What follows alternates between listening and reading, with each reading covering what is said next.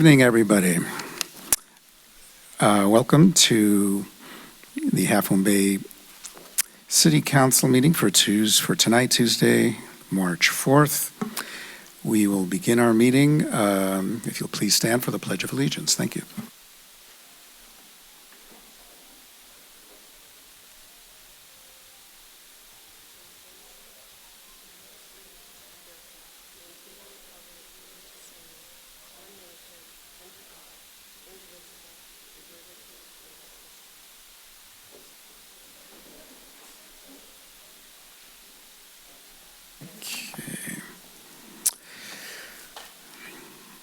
Can I have a motion to approve the agenda? So moved. Get a second. Mayor Brownstone, can we do a roll call first? Sorry. Can we do a roll call first? A roll call first? Oh, yeah. Roll call, please. I We're good. was going to say first. Do the roll call. Let's have a roll call. Thank you. Councilmember Johnson? Here. Councilmember Nagengast? Here. Councilmember Penrose? Here. Vice Mayor Reddick? Here. Mayor Brownstone? Here. We have a quorum. Great. And we have a motion for approving the agenda. Need a second. I second the motion. All those in favor, say aye. Aye. All those against? So moved. So we're going to begin this evening with proclamations and presentations. And we're going to start with a presentation regarding Seacrest Kindergartner Storm Drain Superhero Recognition.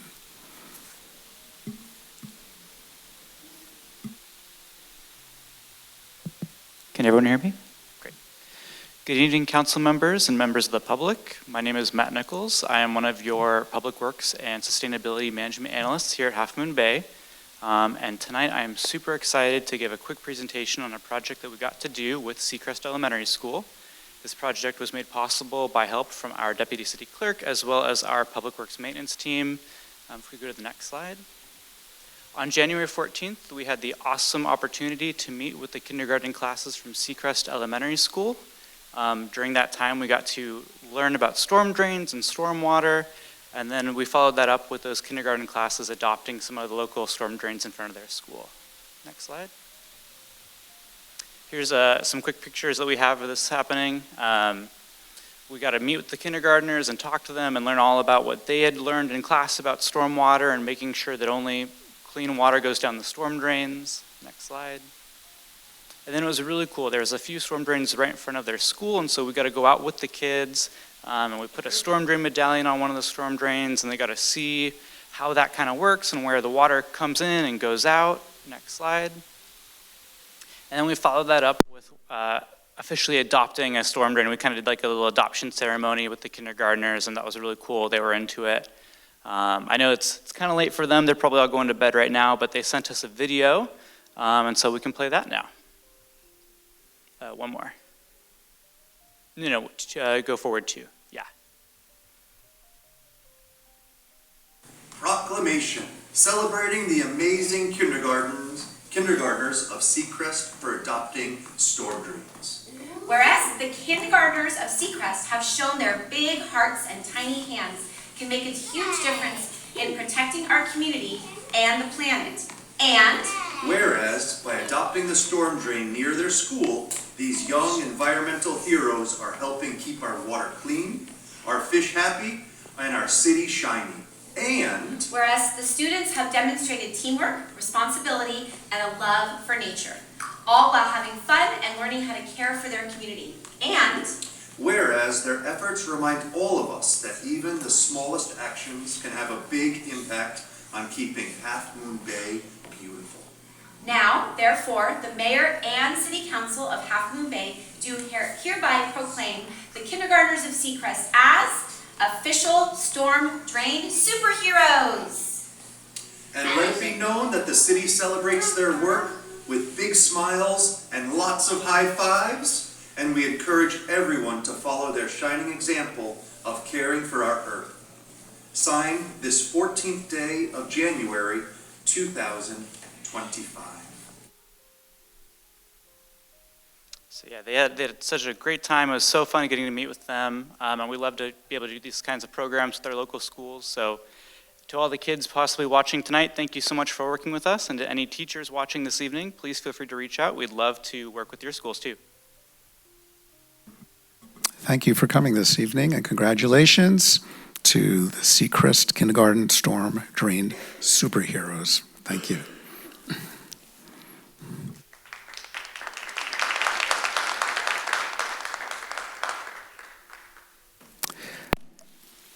Our next presentation will be about the age-friendly Half Moon Bay Coastside Action Plan update. Good evening, council members and members of the public, city staff. Thank you so much for inviting me here today to talk about age-friendly. It seems very fitting that we get paired with the school. So my name is Sandy Winter. I'm the Executive Director at Senior Co-Siders, but I'm here today in my capacity as co-leader of the age-friendly Half Moon Bay Coastside Initiative. And I have some other supporting cast members here. Carol Joyce is a co-chair, and Lisa Rossi, who's on the city staff, is also a very integral part of that organization. Let's see if I can figure out the technology here. All right, so I thought I would start with just an overview of what age-friendly is. It was started in about 2010 by the World Health Organization, and it grew into a worldwide initiative, and now in the US it's managed by AARP. And the idea behind age-friendly is that it's to create communities that are friendly for people of all ages. So it's often associated with older adults, but really it is thinking about how we can make our communities safe for everybody. So as an example, a crosswalk is maybe good for an older adult, but it's also good for a mom with a stroller or somebody in a wheelchair. So things that are age-friendly can generally be applied across the age group. And one of the ideas behind it is to try and make sure that older adults can age in place, to keep a sense of community, and to keep the fabric of the community together. So it's generally arranged under 8 different domains of livability, and these domains are what the AARP found were most frequently mentioned when people talked about what they wanted to make their environments livable. So it's things like access to healthcare, civic engagement and participation, transportation, buildings and outdoor spaces, communications and information, respect and social inclusion. So a number of different domains that help people to feel that their community is livable. So that's the sort of global overview. And then thinking more closely about age-friendly Half Moon Bay Coastside, you'll notice that it's Half Moon Bay and the coastside because we felt it was really important to have a broad perspective on this. And it's a collaborative made up of representatives from the City of Half Moon Bay, different nonprofit organizations, and members of the public whose goal it is to advance age-friendliness in our community. So I'm representing this group at the moment, but I've put on the screen there current members of the Age-Friendly Half Moon Bay Coastside Oversight Committee, and you'll see it's quite a broad perspective of people, which is great because we get lots of different kinds of input then. So our mission is to collaborate with local and regional governments, community-based organizations, businesses, and residents to make the coastside age-friendly and welcoming for individuals of all ages. And as I mentioned before, we have a coast-wide footprint, right, going from Montara all the way down to Pescadero. We have some representatives from Puente on our age-friendly Half Moon Bay Coastside Oversight Group. So this initiative started really under the guidance of Board of Supervisors member David Canepa. He's a passionate advocate for age-friendly organizations, and he set aside some money from his discretionary funds to fund an organization called CAFE, which is the Center for Age-Friendly Excellence, to help different cities in San Mateo County to become age-friendly. So we worked very closely with CAFE. the first thing to do is to find out from community residents what are the unmet needs in those different domains of livability that I mentioned before.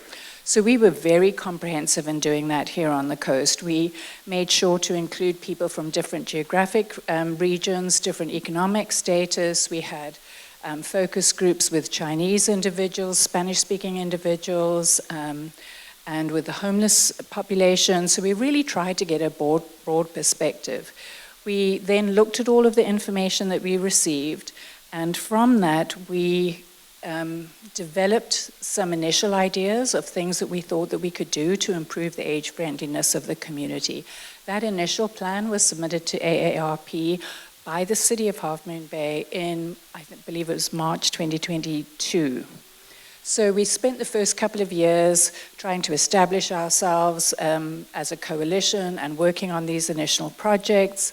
And then by the end of the second year, AARP requires that you come up with a 3-year action plan. And so that is what we've just done, is come up with our 3-year action plan, which was accepted by AARP the day before yesterday. So it's really timely that I get this opportunity to tell you about it. And that action plan will be in place from January 2025 until December 2027. So I can tell you about the initial successes, which were the things that happened in the first 2 years. We, under the leadership of Carol Joyce, we came up with lots of administrative structure to our group to really try and help to make it cohesive, forming membership agreements and all sorts of things like that, to make sure that we could be coordinated and have appropriate oversight and also a plan for sustainability. One of our initial projects was to try and enhance communication about the needs of older adults. And we did things like we worked with the Half Moon Bay Review to have a seniors page. We've worked with different nonprofits who do cross-postings of activities. So for example, if the Odd Fellows have something that is interesting for senior co-siders, we put it in our newsletter and they do this cross-posting. We've had a number of presentations about age-friendly to PMAC, to the Half Moon Bay City Council, and to the MCC. And one of the other things we did is hosted a housing resource fair to explain to people how the housing works, because there's a lot of misunderstanding about housing on the coast. And then we had a meeting where we hosted all of the different age-friendly groups in San Mateo County here on the coast and talked about cross-collaborations between the different age-friendly groups in San Mateo County. And I think one of the most important things that we did was really try to advocate for improved healthcare access on the coast. And that was under the leadership of Lisa Rossi. And I know Deborah Penrose was very instrumental in that group as well. And really the Dignity Health Urgent Treatment Center that we have here on the coast, I really think is because of the work that was initially started by Age Friendly. So it's a very substantial body of work that has already been done. So that was our first 2 years. And then in the current Age Friendly action plan that we have that's coming up for the next 3 years, we've focused on 4 goals. So one is to try and improve the business organization, recognition, and training. So there are lots of things that businesses can do to make themselves more age-friendly through training and through giving them information. And so that's one of the activities that we're going to be doing. We're going to continue with the senior housing information project and also combine that with transportation, because we know that those are both 2 very important needs here on the coast. We're also going to continue with our healthcare access advocacy project, and then generally to try to train older adults to become advocates for themselves so that they can feel empowered to advocate for the things that are important to them. And in order to do this, we will continue with all of the partnerships that we've already created and build new partnerships. And so that's the end of the presentation. I don't know if anybody has any questions. Councilmember Penrose? Yeah, I just wonder if you have worked with the Chamber of Commerce at all. Yes, so we have had conversations with the Chamber of Commerce, particularly around the business recognition, and we will be working with them much more extensively moving forward.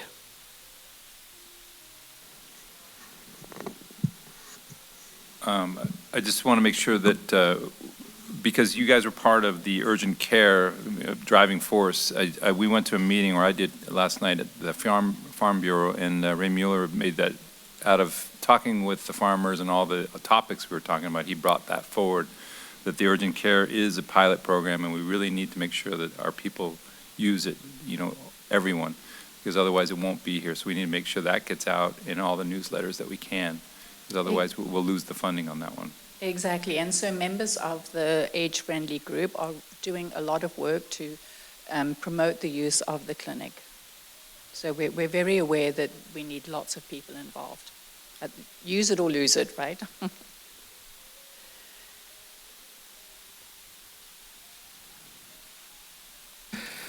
Thank you very much for the presentation. Last time I was mayor and Bob Nisbet was our city manager, got an email about age-friendly initiative and whether or not we would like to start one in Half Moon Bay. And Bob Nisbet helped me get that off the ground, and it's a pleasure seeing how much has been done since then. And I think it's a real testament to Half Moon Bay and we're a city where people do take care of their own. And I think it's a terrific initiative that enhances the quality of life for everyone here. So thank you. Indeed, and thank you for the support that the city has shown to this initiative. Thank you.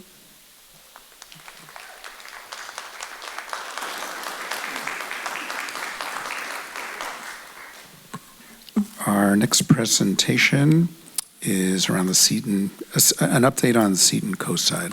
Mr. Mayor, unfortunately we were contacted by the Seton reps, and they had a conflict that came up last minute, so they will not be joining us tonight. They are hoping to come back on the 18th, so we'll keep everybody posted on that.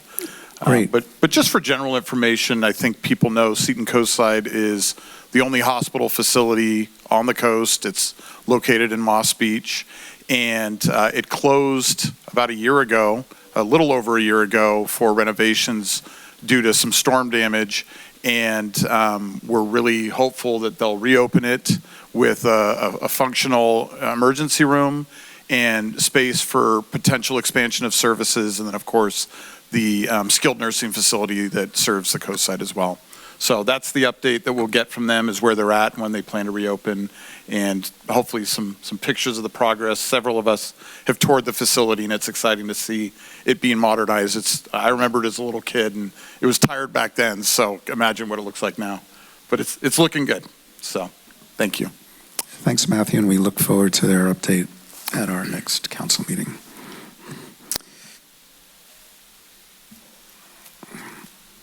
Let's see. I have no announcements this evening. We'll have a report out from recent closed session meetings. Thank you, Mayor, Council, and Community. The Council did meet on Saturday, March 1st, and held a retreat as well as a closed session regarding performance evaluation of City Manager, check-in. Nothing to report out. Thank you. Thank you. We will now proceed to any other city manager updates to council. Sure, I'll make a quick verbal update, and then our Public Works Director, Maz Bozerginia, has a short update on the fire pit pilot. I just wanted to make sure the community knew we are on the tail end of the priority setting process that we do each year as we prepare for our annual budget. And we've held a series of listening sessions. This morning, we actually had a very nice listening session at the Opportunity Center on Main Street that was focused on our businesses here in the community. And all of the different listening sessions, as well as the feedback we've received online through our online survey, are currently being compiled into a report, and that will be published with our agenda for our annual priority setting workshop, which will be held next Tuesday, March 11th, in this room at 1 p.m. That's a public meeting. We encourage the community come and participate and see how the council works together to set our priorities for the upcoming fiscal year. So there's lots of advertising out there on this. It's on our website, but I just want to make anybody here aware that that's coming, and we're looking forward to another productive session next week. Thank you, Matthew. Thank you. Any questions, council, on that? No? Okay. Oh. Sorry, Maz, you're standing right in front of me. No worries. Thank you, Mr. Mayor, members of the public council. I just wanted to do a quick update on the fire pit pilot project at Poplar Beach. Last Friday, the 28th of February, the Scout project was installed. 4 pits were installed on Poplar Beach, identified with the support of our maintenance staff, as well as State Parks Beach, allowing us to get access down there. We've got some photos here. There's the 4 different pilot pits that were installed are different shapes. There's a round one, an octagon, a square, and that's based off of the different designs and trial and error for this pilot process. So right now, the two-week trial has started. It's currently set up as a first-come, first-served basis. As you can see, based on the direction from council, there are screens and lids placed onto each of these pits to prevent any embers from escaping, and also to help close the fires out after they're done with the operation. Generally, the pits for Fridays and Saturday nights, there's a little bit of an extension to the parking lot hours till 10 p.m. Our sheriff's office is holding off until then to close the Poplar Beach parking lot. And so far, we've received a little bit of feedback from the residents and that put this into place, and the Scout member that put this into place. You can see on the bottom right, that's a screenshot from next door where it's been getting some reviews and traction. Seems to be all positive, and we will be happy to report back on this at the tail end of the 2-week trial. Any questions? I missed the Friday, but I went out Saturday, and note to self, Tide should know the Tide schedule on doing this. Yes, absolutely. But a great idea, and kind of interesting because it looked like the tide was coming all the way up, and how these. I guess I should go down there now, just kind of see how if the sand redeposits around them, or they're just sitting there, because winter is always the tough time there, right? Usually summer, would they really be used much in the winter, or are these year-round, or are we just looking seasonal, or we just don't know yet? Originally, we were thinking, from a maintenance and operational standpoint, the summer made the most sense because of the tides. The Scout wanted to try on this pilot process through the winter time to see how that would be impacted. So that'll be part of the learning experience. But that obviously the schedule moving forward, if this becomes a formal program, we'll take a closer look at the tides and all those weather-related impacts as well. I went out, I think it was Sunday, and Rick came down to show me the pits, and he wasn't there, so I went down by myself to look at it, and I got nothing but positive feedback from people from all over the place, local and from over the hill. And they critiqued a couple things, which I asked them, what would you change? And they actually told me the lids are a little tight here, there's a little edge on the edge that was a little sharp. And the kids were out there marshmallowing and putting the chocolate on there. It was really cool. And they look good. And the octagon one is kind of the one that I think was favored, because we're trying to figure out which one. And Rick told me how much effort each one took. And then he goes into really details. I mean, they both did some really excellent work. Some of the pits were too deep, and they were actually talking about they were too tall, which they liked the height because for the kids not to get pushed over or something like that. So there was a lot of details that went into that evaluation. It was like maybe 20 minutes, but there was a lot of feedback, but it was all positive. Thank you for sharing. Yeah, I just want to say that I am thrilled with the project. I initially had a lot of reservations because of the fires in LA and our fear of fire up here, and it's a real danger. But I think that the Eagle Scout that did it did a fantastic job. The fire pits are classy. I expected them with lids and mesh screens and everything to be a little bit awkward, which is what we had wanted them to do for safety reasons, but they came out looking really, really good. And I think this is going to be a good thing for our kids. So we should need to thank Eddie Andrini and the company for helping out, because they're the ones that did a lot of the work behind the scenes. And Eddie came out, because I was there a couple months prior, just him and his expertise saying a little bit thicker and coming up with these little things, little tweaks that, you know, Rick and I didn't think of, and I wasn't really part of it. He's just like, come and take a look. And I had some ideas, and I thought they were a little thin. And then here comes Eddie, and all of a sudden he goes, oh, they need to be 6 inches. You know, it's like all of a sudden now you got to retool it. So big round of applause for Eddie Andrini for doing that. That was huge. It's hard to see, but he's actually driving the Bobcat in that photo, in those photos, during placement. So, thank you so much. We'll be back with more information as we close out the tail end of this pilot program. And thanks to Thank you. Maz, he really took the heavy lift on working with the Eagle Scout and those that organized this to make sure it was done safely and properly, and that it would, you know, maximize the benefit to the city and the community. So thank you to Maz. Mr. Mayor, I'd be remiss if I didn't make one last announcement. Most people know this, but I'm not sure everybody does. Last Friday was the last day with the city for our longtime employee, John Dowdy, who came to the city 10 years ago to work on the library project. And that's when I met him when I was working for San Mateo County. And since then, he's served as our community development director, as our public works director, and most recently as our assistant city manager. And the list of things he accomplished in his time here is really, really incredible. He made a huge impact on the community and the organization. He was commuting very long distances to do this over this time, and we're happy for him. He found a position much closer to home. He's sleeping in his own bed at night, and he, you know, he's a crazy man. He finished his work here on Friday, and he started there yesterday. So I think he's at his first city council meeting right now.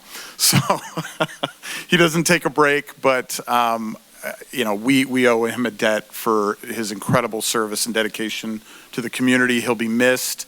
And, you know, as we work through this year's budget, we'll also figure out how we kind of look at our city and how we manage without someone like him. So I just wanted to make sure we notified the community of that and thanked him publicly for everything that he did. He kind of wanted to go out quietly, but we didn't really let him do that. So, thank you.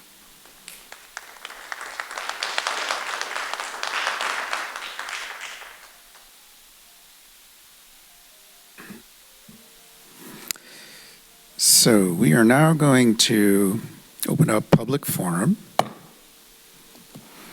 And just for those who might not be familiar, public forum, people can come up and talk about any topic that is not a topic that's on our agenda.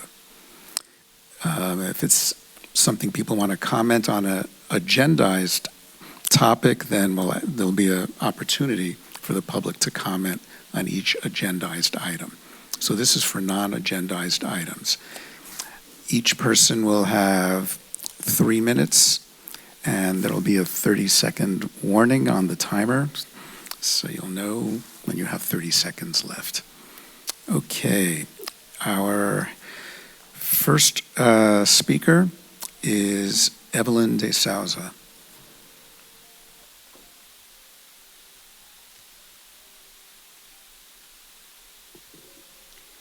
Good evening, Mayor Brownstone, Vice Mayor Ruddock, Councillors Nagengast, Johnson and Penrose. My ask of you, Mayor Brownstone, is to publicly affirm your support for Commissioner Gossett to serve in her role on the Planning Commission until the end of your term. Our city's future is shaped by the decisions made in Planning Commission meetings. Decisions about housing, public space, and development. That's why it's not just important, but really crucial that our Planning Commission reflects the full diversity of our community. Without Commissioner Gossett's voice, most thoughtful and diligent efforts, we would lack that diversity. Diversity, equity, and inclusion, DE&I, are not buzzwords. They are the backbone of a fair and forward-thinking city planning. When diverse voices are at the table, we create neighborhoods that work for everyone, not just a select few. Without DE&I, planning decisions risk reinforcing systemic inequalities. Half Moon Bay deserves much better, and Margaret Gossett has given us that. She has demonstrated her ability to be fully objective to the issue at stake, always going to great lengths to research issues, visiting sites, and furthermore, not being swayed by any one faction. I urge our city councillors to stand firm in their commitment to diversity and equity, and to stand behind Commissioner Gossett for being a salient example of putting the interests of our city first and foremost, versus loyalty to any particular one faction. Our community's growth and integrity depends on it. Mayor Brownstone, we look forward to hearing you publicly affirm your support for Commissioner Gossett. Thank you. Thank you. Our next speaker is Joaquin Jimenez.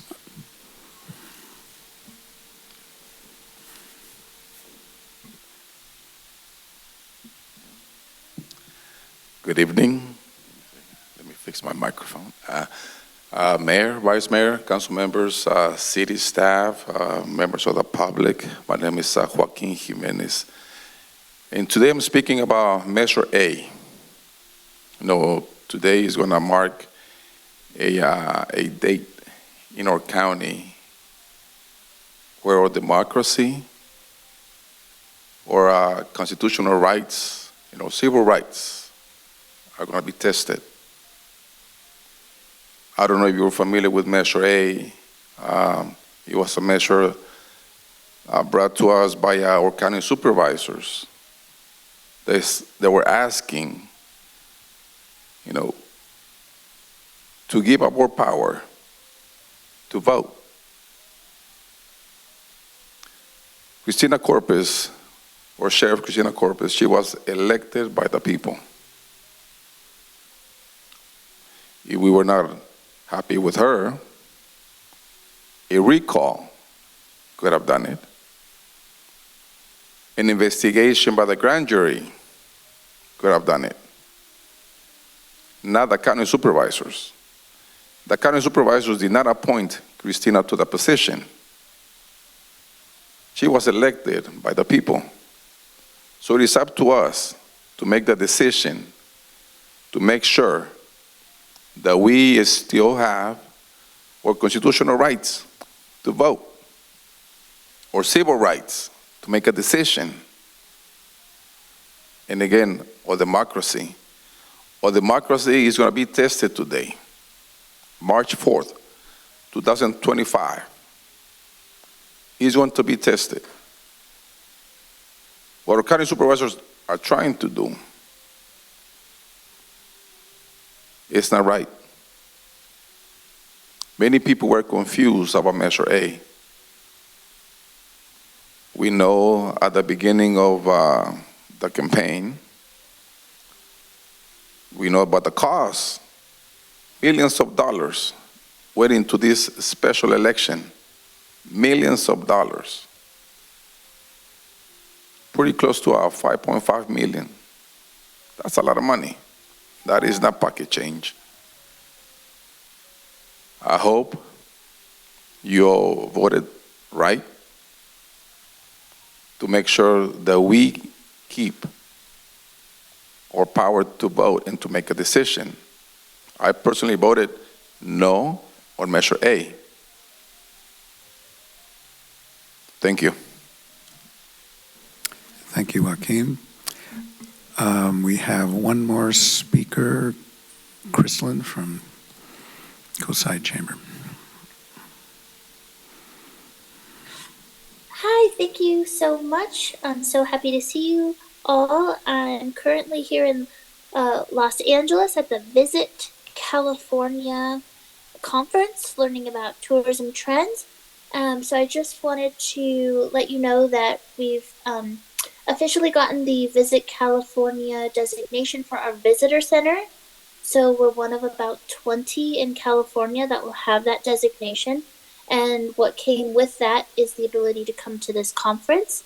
And I've been speaking with a lot of international travel professionals, and I've been getting a lot of tips on marketing and all sorts of things that are happening in the tourism arena, and making a lot of good connections here on behalf of the city. And so I just thank you and the hotels so much for this opportunity, and I look forward to it bringing in more TOT over time for those weekday visitors that we want so badly. The weekends are fine, we understand, but that Tuesday, Wednesday, Thursday crowd is what we're going to go for. So thank you so much for this opportunity, and I look forward to bringing it back to you. Thank you, Chrislyn, for attending that meeting and representing Half Moon Bay. Appreciate your efforts.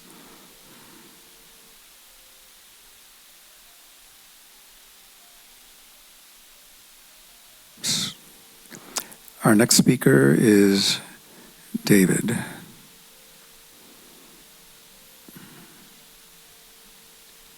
Hi, you guys. This is David Gorn, Half Moon Bay.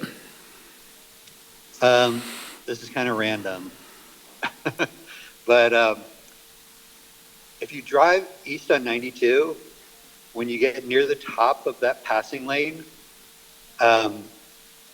right at the place where everyone wants to speed up really fast to get past the last person to get your perfect spot in line, there's a huge leak, puddle dripping across the roadway. And that's the place where there have been a number of accidents recently. Like, it seems like there's 5 or 6 or 7, like a lot of accidents. So I know that isn't your territory. It's a Caltrans thing, but maybe somebody could talk to Caltrans and see about addressing that seepage across the road that I believe is contributing to those accidents. It's kind of something that a lot of people are talking about, but I haven't really heard Caltrans working on it. So maybe they are, and I hope that's the case. But I just wanted to alert you to it, and maybe somebody, city staff, could contact them. Thanks. Thanks for putting us, council, on notice, David, and we'll have a look at that. Thank you.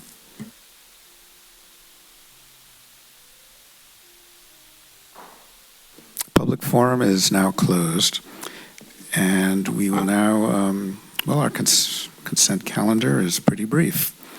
We only have one item, so I'll move that we waive reading of resolutions and ordinances. Can I have a second? Second. All those in favor say aye. Aye. Aye. All those against? Motion passed. We will now move on to resolutions and staff reports. First item, 3A, appointment of a youth member to the Parks and Recreation Commission. Hello, council and community. My name is Maggie Rodriguez. I am your assistant city clerk, and I am here to talk about the appointment of a youth member to the Parks and Recreation Commission. Just a little background information. Back in August of 2024, the Parks and Recreation Commission had requested that staff update our bylaws and asked for approval of 2 youth members onto the commission. They were looking for some youth voices to bring forward youth perspective for the Parks and Recreation Commission. And we brought that item back to City Council on October 1st, where City Council directed us to amend the bylaws with the addition of 2 voting members. So with the scheduled vacancies, we put some ads out in the local papers and on our website and social media, and we had noticed that in early December 2024, and then the end date was January 6th, and then we extended that date a little bit longer up until February 23rd of 2025, and we received one willing to serve form from a local high school student, and so it is our recommendation tonight that you appoint that youth member to the Park and Recreation Commission. And I believe as of yesterday, we received one more form, so we officially could have 2 voting members, but we will bring that willing to serve form back at a different time since it was not on the agenda. Thank you. Is there a discussion to be had, or would someone like to make a motion to appoint Aiden DeTunman? Just a quick discussion. I know Aiden. I know this gets said a lot. He's a fine young man. I think he'd be a great addition on the Park and Recs, and he's an outdoor enthusiast. So I think it's his input, and what a great learning experience for him too. So I support this young man. Council, I did want to say one more thing. Aiden wanted to be here tonight, but because he is such an overachiever, he is at CSM tonight taking night classes, and he had a test that he could not get out of. That is why he's not here this evening. Great, and thank you for the personal reference, Councilmember Nagin Gast. Always nice to have a reference. Would you like to make the motion? Absolutely. I have to get it in front of me. I recommend appoint a youth member of the Parks and Rec Commission to fill one of the 2 scheduled vacancies. Is there a second? I second it. I think we could just have, is there all in favor, please say aye. Aye. Aye. Aye. Anyone against? Motion passed. Thank you.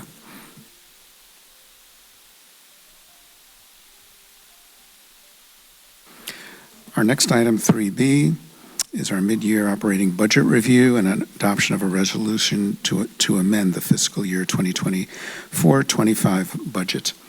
And we will have a presentation from Ken. Thank you.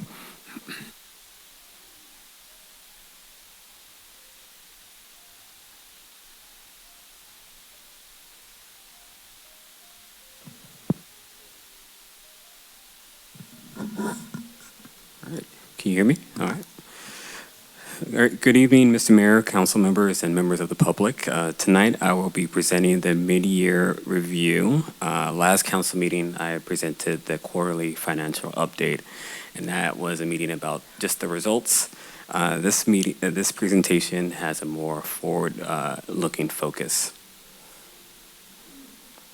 So the mid-year review, council knows this, but for the community, this is a process, a best practice process for municipalities. It's at the midway point of the fiscal year. We take this moment to look at our revenues, see how they're trending, make any adjustments, but also to look at our expenditures. For us, this starts in January when we start to look at our revenues, estimate those out. What are in our estimates?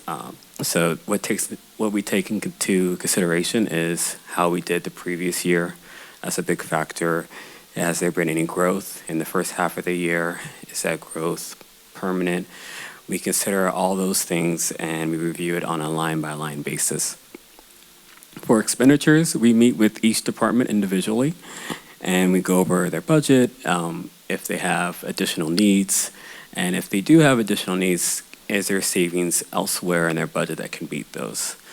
Overall, this direction for departments this year was to only ask for things that were absolutely necessary. We compiled all the numbers together, and that turns into the packet that you have in front of you tonight. It's a month-long process, but it's an important one because as these numbers, they will lead into the priority setting session next week, and that would build into the budget for next fiscal year. So that's the framework of the process, but getting into the numbers, the most impactful one is, of course, transient occupancy tax or hotel tax, TOT. This item is very variable and sensitive to changes. So historically, we've been forecasting just based on actuals in the prior fiscal years. We also consult with our TOT operator. They manage our day-to-day administration of these funds. They also work with other jurisdictions. So we ask them what they think because they have additional insights with other jurisdictions. We compare the two numbers and consider both sets. Now, last year, we experienced a dip in TOT in the last months of the fiscal year, in the late spring, early summer months. And that dip did not get accounted for in the adopted budget. So because of the timing, and I'll show you more on the next slide. But the revision that's included is just to take that into consideration.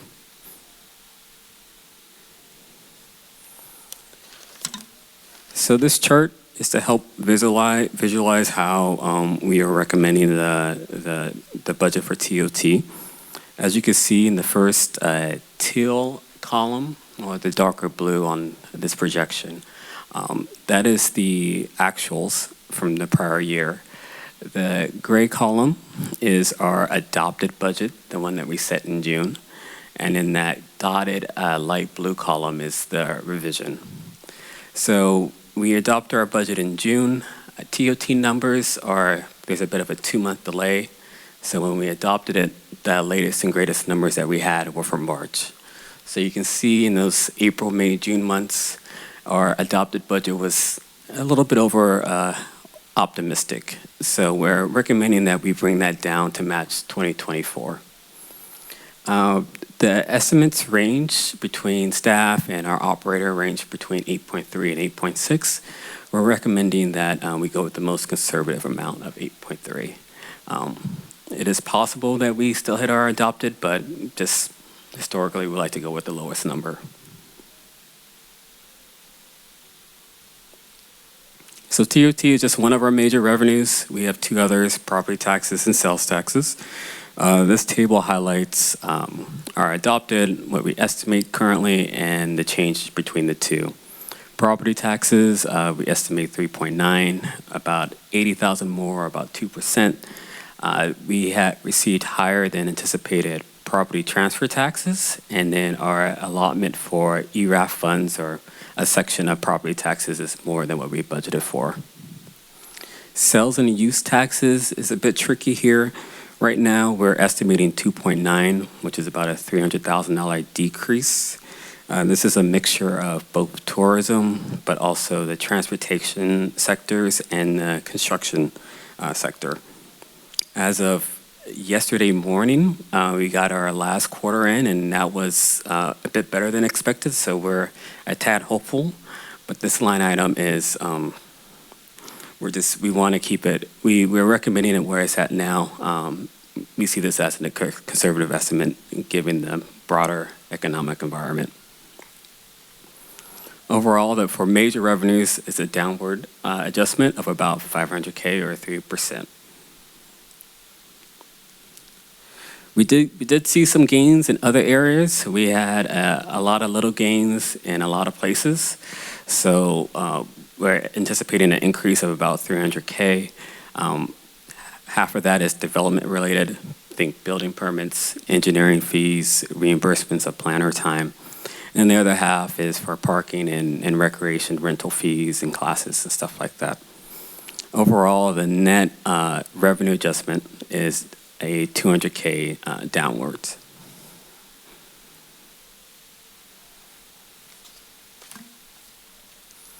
As you can imagine, going into mid-year, departments were advised to limit requests. We do have 3 requests in the departments of City Attorney, Community Development, and Communications. For City Attorney, about $77,000. This is for our ongoing litigation. So in City Attorney, we have general matters, that is just day-to-day stuff, and then litigation having to deal with actual lawsuits. This is all for litigation. In the Community Development Department, we have about $126,000 for the residential objective design standards. We had partially funded this during the budget cycle, but not fully. So this is to make up between the two. For communications, we have about 23,000 that was in the packet. This is for the Currents magazine. This is a quarterly magazine that we issue out. And the 23,000 is a request to for the last two issues, for the March and the June issue. Going back, if council, this is a decision point for council, but we can also, we're willing to only do one. If we were to only do one issue, it would only be about a 10K ask. So we wanted to give that option available for you guys tonight. There are no requests for capital projects. Another asterisk there. There's an item after this for Carter Park. That number is not included in this item. So if you were to approve this, you wouldn't be approving the Carter Park number. But there is a slide coming up to show you what, if you were later on, what that would look like. Overall, the total expenditure adjustment is $226,000. If council were to approve, this is how our fund balances would be on June 30th. Reserves would be about $8.6 million, and unassigned would be about $1 million. So we adopted the budget. We had unassigned at about 1.6. If this revised budget were to be approved, it would come down. And that's because of revenues coming down and the adjustments to expenditures. Mentioned previously, this is what it would look like if Carter Park was approved later on tonight. That funding would come out of unassigned, and that would leave about $300K in unassigned funds.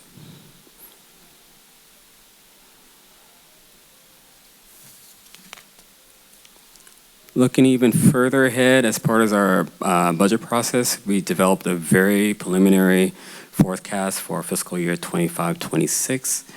Right now, we're projecting a deficit of about $3 million, even with the $2 million of Measure R revenues. Again, this is a very preliminary, very early forecast. Still have a lot of months left in this fiscal year, so there's a lot of assumptions. But we do know there are some costs that we do know. We know what our payroll is going to be. We know what pension is going to be. Pension costs are increasing. Public safety costs, we're assuming that's going to increase. And overall, most of the areas. This is the structural challenge of it all. Our expenditures grow at a faster rate than our revenues, so it just adds up incrementally. There are some things that may be hopeful. We are close to finalizing the fee study that will go to the finance committee, then it will come to council and be included into the budget. Additional revenues from there is not included here, so that might make a positive change for us. And also we're working on identifying one-time funding that may help bridging us from one year to the next as far as making more permanent structural changes. The last final thing is that, as mentioned earlier, priority setting is next week. Council will come together to set priorities and give us some guidance. I won't be presenting this year as this presentation is so close to that meeting, but I will be in attendance for any questions. With that, the recommendation is as follows. Adopt the attached resolution to amend the fiscal year 2024-2025 operating budget and capital budget. And then in parentheses, as for per the discussion given, if council wanted to make a change regarding the communications request or anything else. Thank you, Ken. Before I open up to any public comments, if they come up, are there any just clarifying questions at this point from council? Mr. Mayor? Yeah. If you don't mind, there is one clarification I wanted to make based on some conversations I had with council. Please. Ken, would you mind going back to the reserves slide, either one of them? I did want to take a moment to just explain our reserves. I think it's important for the community to understand how the reserves work and how we arrive at some of these numbers. So reserves are like our savings account. So our general fund and our different funds are like different checking accounts that we pay for things out of. Reserves is, of course, a place where we put savings to deal with issues, unexpected emergencies, and other things. And the best practice for cities in California is a reserve equal to 2 months of your revenues, or about 17%. I think that might work for a larger city, but we are such a small city, and we just don't have the same kind of margins that a larger city does. And so our reserve policy adopted by the council is for 30% general operating reserve. And that equals about 3.5 months, a little more than 3.5 months of reserves. And the purpose of that account, that savings account, is really for total emergencies, like a natural disaster, a war, something where tax revenues just stopped coming in, and we needed funding just to keep the lights on and do things like emergency response and respond to the needs of the community. That money is, from my perspective as a city manager, untouchable. The decisions that would have to go into spending that money would be really, really extreme circumstances. In 2019, our city council, we were doing really well financially. We had an actual budget surplus each year of $1 million to $2 million.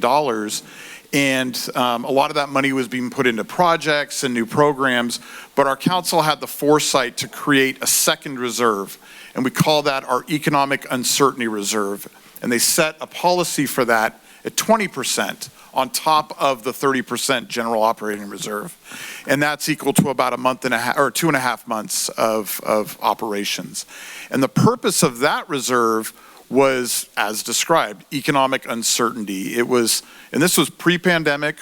I don't think any of the council members at the time knew it was coming, but great foresight. The idea was for economic shifts and jolts that could really impact our operations over a kind of an acute period of time, this reserve was there for us to utilize to kind of smooth us through those economic changes so that we weren't cutting programs, impacting community operations. We could kind of do business as usual while we either figured out a way to work through that economic change or the economy work itself out. And so that was fully funded in 2020. And it has helped us over the last several years get through both the pandemic, but also some big changes that we've faced here as a city. And so it's also sacred money that we have to be really careful with, but is there for that purpose to be used as opposed to that general operating reserve. So we have policies that set our operating reserves at 50%. Unfortunately, we have dipped into that economic uncertainty reserve. And so our total reserves, and Ken may know the number right now, but they're below the 50%, but well above that 30% general operating reserve number. The last number I'll just point to is the unassigned. You see the $1 million up there. That's like you get to the end of your year and you've budgeted and you've spent your money and you've got your money in savings and you've got some cash left over and you're trying to figure out what you're going to do with it. And best practice for us, especially with reserves being depleted, is to use at least some of that to start to replenish those reserves over time, not to just spend what we have left over. And that's why we're really thoughtful about any actions that would spend those unassigned fund balances. And then as we get into the new fiscal year, we decide if we want to use that for one-time purchases or projects, or again, to replenish reserves or some kind of combination of the two. So we just want to make sure that was clear. You know, for staff, that's like, we know this stuff, but for the community and maybe for the council, that's not always clear how we manage our reserves. I will say we have really, really prudent fiscal policies, especially around reserves, and I think that is why we've been able to continue to operate at a high level despite some financial challenges recently. So, thank you, Ken. Thank you, Matthew.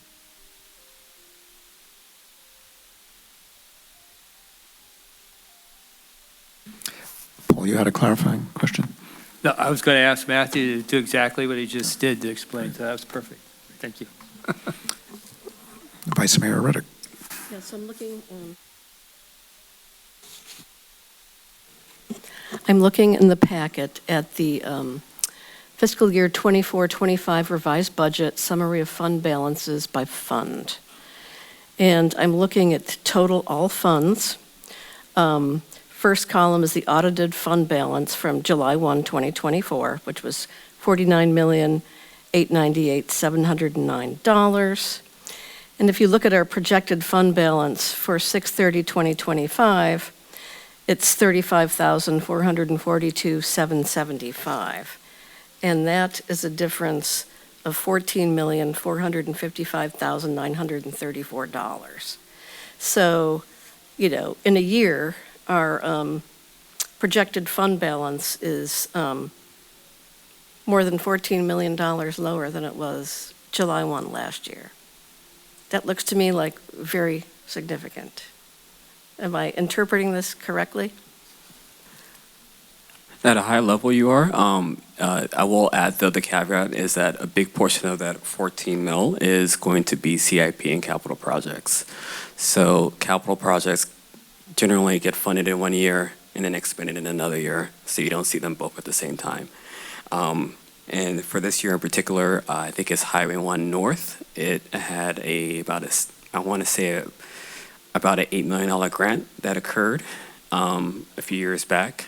So you don't see the revenue here, but that would make up that difference. Out of that 14 mil, 5 of that is from, or 4.6 of that is from the general fund, and about 1/4 of that is sewer, which is something you do want to look at on an annual basis. So it's still concerning to me that it's over $4 million if you just look at the general fund, $4 million difference. So is that the equivalent of the structural deficit? Or is this just something that's separate from that? The structural deficit is a part of that 4.6. The general fund funding capital projects is also in that number, which is about $2 million this year. So just to clarify, what the changes represent is spending on projects, and it's not an emergency or anything like that. As Ken said, you have a capital project, you have money in the bank for it, and as the work progresses, you pay for it, and that draws down that fund balance. It's not necessarily an indication that we're bleeding money. It's that we're spending money for projects that have been programmed in, and a lot of that funding is specific to those projects and couldn't be used for other things as well. Any other clarifying questions? Any public comments?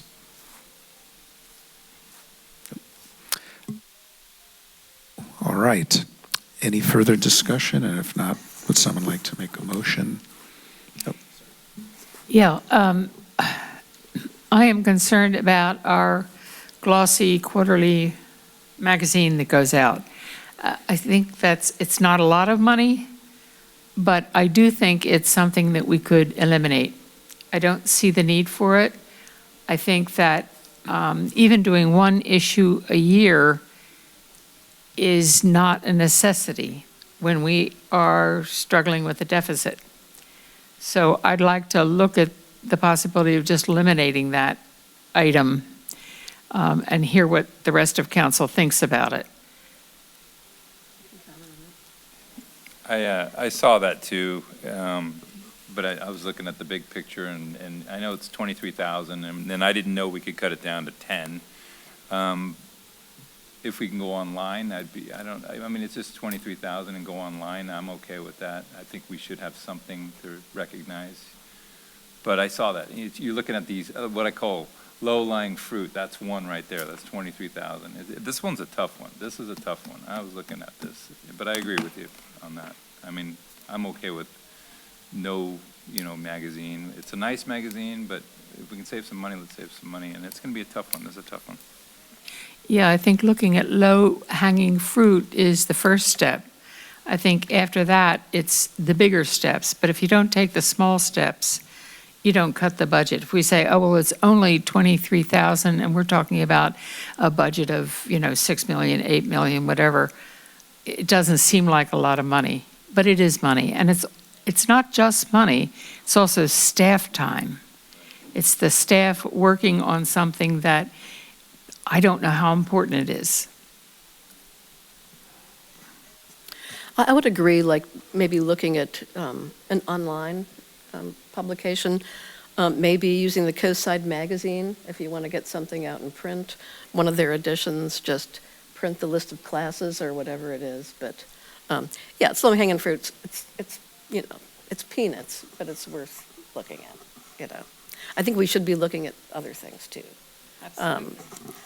And there are some things, you know, coming forward that we're going to have to look, you know, very closely at. But Well, if I could make just a comment, there's part of me that cutting budget is what we need to do, or cut some things. I agree, I absolutely agree.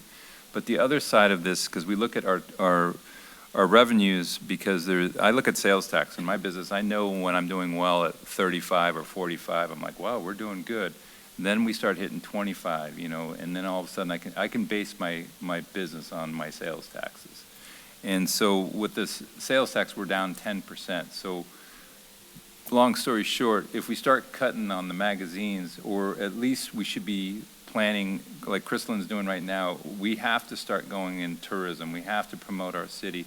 That magazine is a form of promotions, but we may want to cut that, but come up with a different source. Like Crystalline might say, hey, this is where we should be advertising and putting money into, because we need to focus on trying to get people here for conferences from the midweek like we're talking about.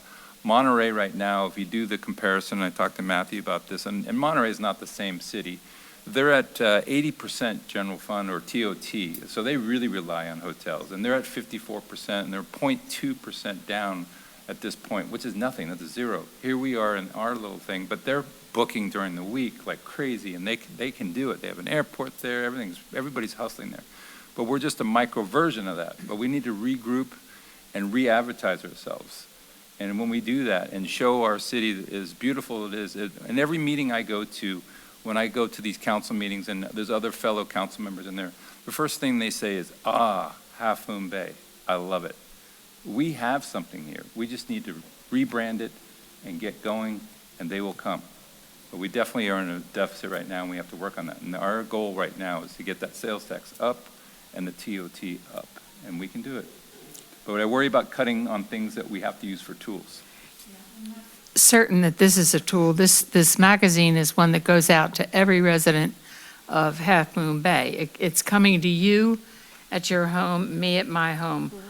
I don't need to see it. I can go on the web and get the same information on the web that I get in this expensive, glossy, quarterly magazine. And it's not something that we do to promote our city. It's something informative for the constituents. So that's my reasoning for doing it. It's not part of our advertising and promotion, which is critically important. Okay, so what I'm hearing is some consensus around continuing an online version, not the printed version. I like having an online version, and we could market that on our website, you know, for people who are checking out Half Moon Bay. And when we have our emails that go out making general announcements, we can also put an announcement in there that our magazine is ready and list some highlights. Does that work for everyone right now? Mr. Mayor, could I add one piece of clarification here? And part of the reason there's the opportunity for like the spread of 10 or 23,000. One is the reason the price went up is there's new laws about the type of paper you use, the recycled content, and of course, being earth-friendly is always more expensive. But I've talked with staff about this magazine, and there's two more issues left in our schedule this year. One of them we're pretty deep into the preparation for and would go out very shortly. And it's a pretty important tool right now to advertise things like our NET program. It's proven to recruit people there. There's some other things that we really need to get out. Certainly the next one at the end of the fiscal year, we don't feel like is necessary, but as city manager, I'd make the recommendation that we fund that lower step, put out one more magazine here in the next month, just because the labor's already into it, and we have not explored how differently we would do an online version of this. And then staff would take a look at it and kind of identify how we could do an online version going into the next fiscal year and forego the last issue of this year. Got it. That'd be my recommendation. Everyone but okay we'll with do that? whatever the Yeah, council yeah. desires. Everyone on I'm council okay tap with one more issue. One more issue, good, okay. Would anyone now like to make a motion, if we can put that back up and? No. Can I Yeah. say something before we do the motion? Yeah. First, I just, I think it's important for the community to understand, as we, start learning more and more about our budget, how revenues and expenditures, what we do as a city. We're going to hear more discussion about what core services are. We're going to, the community's going to be able to participate. We're going to decide what's important and what's not. I heard in the presentation tonight a fee study being done. Obviously, we talk about you can't always charge what something actually costs, because nobody would then ever get a permit and or pay for type of service. But that's something we're going to hopefully will help with our revenues. But that to me is important to notice that is coming, and it stuck out on me is, at one point was a 4 million structural deficit. Then, hey, we have, Measure R was projected to have 2 million. Oh, so now we're at a 2 million deficit, structural deficit, and now we're at 3. So how fluid things are and how quickly things can, change on you. So I really encourage the community to be aware and participate in our budget process, because there's some things that we're going to next week's our priority exercise, things that we're going to want to do, what you're going to want us as a community, what you're going to want to have done in town, and we're going to have to have that conversation, what we can or can't do. So with that it's just difficult, and but that's an exercise we're going to do. Great. And I'd like to just make a summary statement. We've had a deficit of $4 million. Cuts have been made. Tourism is still lagging. Our TOT, because of tourism, has been lagging. Costs have been rising for everything lately, and as you know by your own personal budgets, how more expensive almost everything is getting. We've made structural budget cuts. Every department's made cuts. We haven't been backfilling as many positions. We're scrutinizing, certainly limiting any new capital projects unless they're essential for safety. And we did pass a sales tax. And luckily, we still have reserves at over 30%, which, compared to a lot of other cities, we're doing okay, considering all the struggles that we've had. And what I was happy about is we're cutting back we're making progress on that budget deficit. So instead of staying at 4 million, we're anticipating 3 million, assuming based on how much revenue we get from our sales tax. So we're being conservative. We would like to have 2 million, which would be great, but I always like to be much more conservative and say, well, maybe we'll just get 1 million, bring us down to 3 million. And if that holds up, we will have made a 25% decrease in our budget deficit. So I hope that's an accurate headline. Got it right. And that's what we're working on, and we appreciate, as Paul has mentioned, the public, paying attention when we have these budget meetings or watch them, the recordings, so you really get a sense of where we're at and how we're making our decisions and how we're looking at our priorities. Okay. Are we ready now for a motion, perhaps? Oh, wait, hang on. I have a question for staff. Yeah. On the page 12, how did we get to the assumptions on the graphs, basically, how did we set the bar so high when we were at 20, in 24 and 25? You could see that you overestimated. So, but what criteria did you use to get to that? Like, we're gonna assume we're gonna get there, but we didn't get there. So how did we go on that?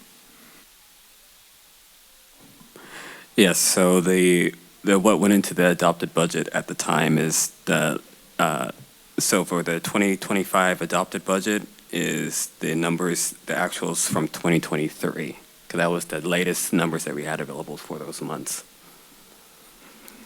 So we used 23 for 25, is that what you're saying? We used a portion of 23 for 25, April, May, and June, because we didn't know what 24 was, because we were, yeah. Okay.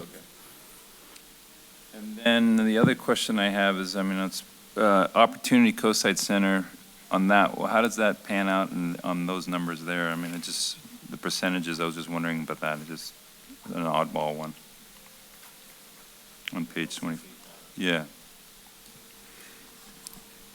So I forget the year, but we were awarded a $2.5 million grant for the OCC, and the revenues is just us getting it's a reimbursable grant, so that's the portion that we still have on our line, and then the expenditures is just for the operation at the OCC, all the contracts that we've awarded. This is to staff, since John Dowdy is not with us, and then I'm assuming we're probably going to be saving I don't know what his salary is, but it's going to be close to what we're already behind on, if I'm not mistaken. And are we thinking about rehiring, or can we pull back a little bit? So I think thank you, I'll take this question. I think this goes exactly to what we've kind of heard from Councilmember Nagengast and others. We've been making cuts over the years, and we've made some small strides, but I think what we've discovered is we can't rely on TOT rebounding and sales tax rebounding to any significant amount. And it's time for us to really look at the deeper cuts this coming fiscal year. And so one of the things we've done this year is, as we've heard, is hold open vacant positions, several vacant positions. And between 3 positions that I'm holding open in my office, it's a significant portion of that deficit. And so we'll have to look at how we use that savings and how much of that savings we use. Now, of course, 3 positions with lots of savings, that's a lot of work that was being cranked out by individuals in those roles. And that's why we have to start talking about what are our core services, what are our number 1 priorities, because we can't do the work of those 3 people by trying to spread it out among, we're talking about high-level positions here. And so the short answer to your question is yes. There are opportunities to use that savings to restructure, to not fill those positions or not fill them in the way that they've been filled. But there's always a cost to that. You know, the savings of money on the front end comes at a cost to staff bandwidth and quality of work and responsiveness and all of those things. So that's what really this year's priority setting and budget process are going to be all about, is we're going to have to make some trade-offs. Where do we find the most value in those trade-offs to get us to a sustainable, balanced budget going forward? And I have one more question. So when you mentioned that we have 3.5 months and you talked about 2.5 months, where are we now if we just use months as a gauge? Ken, do you know what percent I assume you're asking based on the end of year estimates. So if we use the end of year estimate with $1 million, well, I guess that's irrelevant because it's about our reserves. Do you know what percent we're funded at the end of the year? Our reserves are funded at 37%. Typically, we want to see on an average 50%, if I'm not mistaken. Right, and so that's about 4.5 months. So we're at 4.5 months. Yeah. Okay, thank you. Thank you, Ken.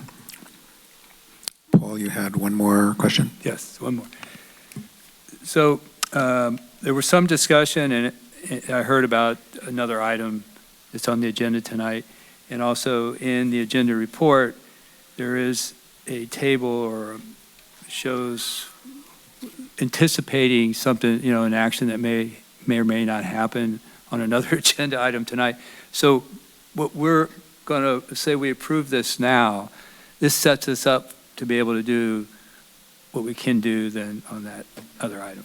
Yeah, essentially, we're asking for approval of what's, well, you can't see it on your screen, but if you hurt your neck, yeah, you can see it. Essentially, those numbers are what we're asking for approval of. There's always opportunity throughout the rest of the year, in this case, in about half an hour probably, to make tweaks to it. But the tweaks we're going to be talking about later, the only bottom line that'll be affected here is that unassigned number. Okay, thank you. Can you put up a copy of the attached resolution for motion? I think you've got a recommendation. Yeah, there it is. Oh, no, that's not up on the screen. Yeah, can we just pull up the actual resolution?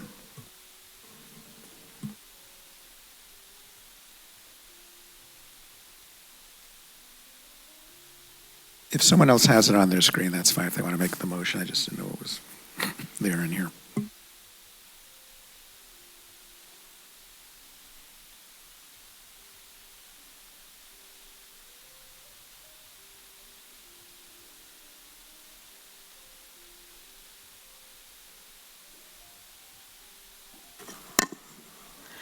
I move that we adopt the attached resolution to amend the fiscal year 2024-25 operating and capital budget.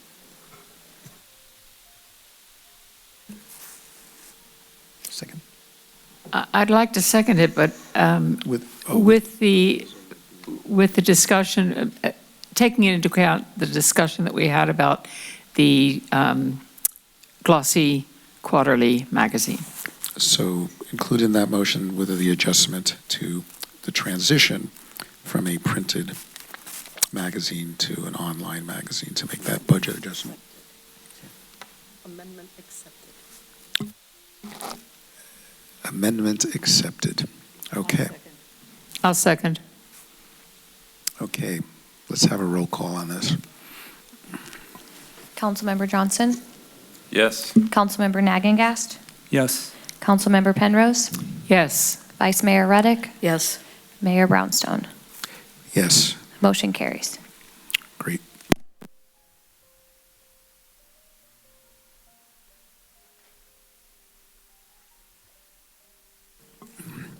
Our next item, item 3C, is an update on the Crisis Assistance Response and Evaluation Services, also known as CARES, Mental Health Response Program. And we'll get an update from staff. Thank you, Mr. Mayor. I'll just make a brief introduction, and then we have representatives of the CARES team from El Centro de Libertad, who operates that program. This program is near and dear to my heart. It was a big effort and a big lift to get this program off the ground in the wake of community tragedy. And it was really community support and political courage by our council to say, we need to do something different. And it's really been a miraculous program. It has the potential of winding down, and that's what we're here to talk about tonight. And so I would like to introduce our friends from El Centro de Libertad, who's been a partner in this since day one, and really we could not have gotten this program off the ground without them. And man, they've made such an impact in our community, and I'll let them provide the background and the presentation, and then at the end I'll talk a little bit about where we go from here. So.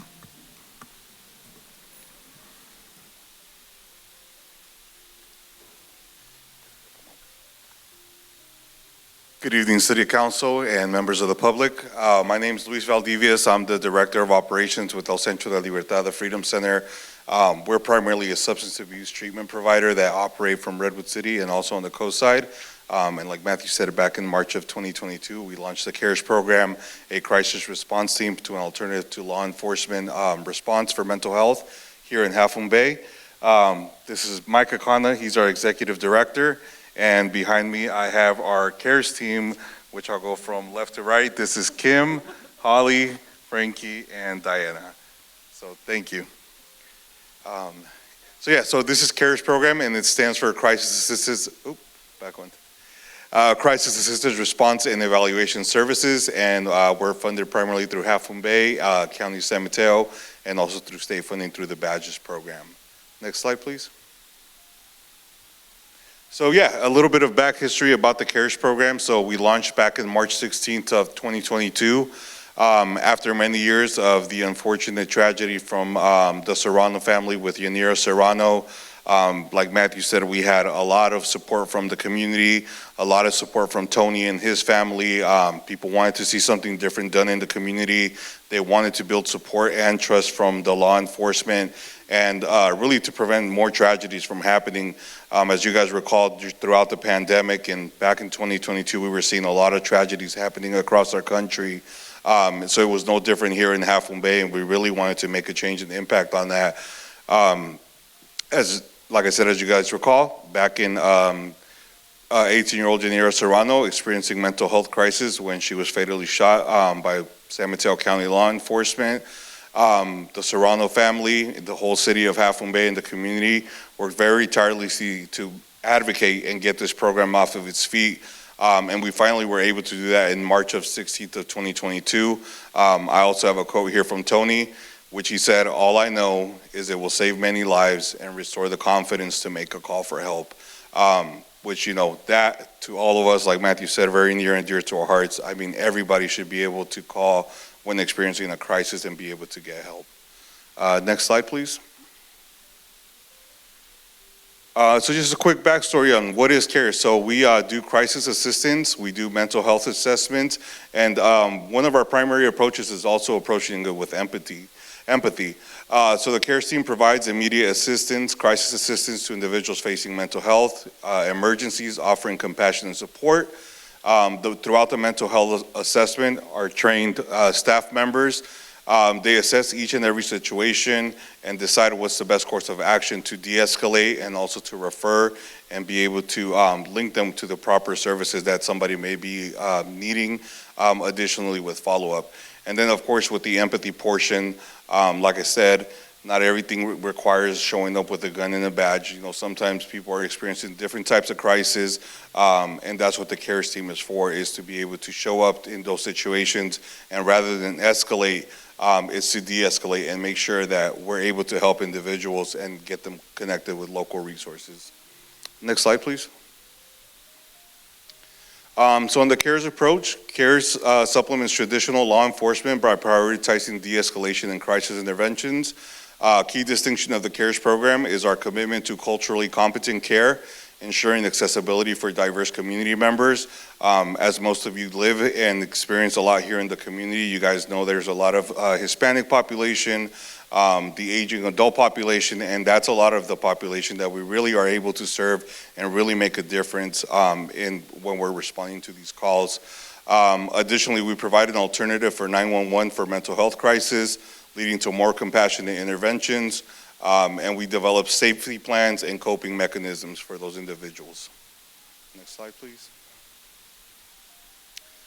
How CARES is dispatched. So there's many different ways that we're dispatched, but the more traditional ways is through 911. When somebody calls 911, they have the option asking for mental health, and if they live in the Half Moon Bay community, we get a radio call through our dispatch department.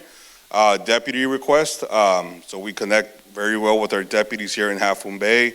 CARES typically has a law enforcement radio with them, and they have an earpiece with them, so they're communicating all the time, hearing what's going on in town. Deputies will stop by or call them on their cell phones, if need be, and then also the direct contact with our CARES cell phones and also directly to our landlines. CARES relationship with law enforcement, as you guys can see, right back there. He's here to support us. So Captain Chichov couldn't make it today, but we have a great relationship with the local law enforcement. Like I said, they're our backup in case things do go south, which fortunately, knock on wood, things haven't.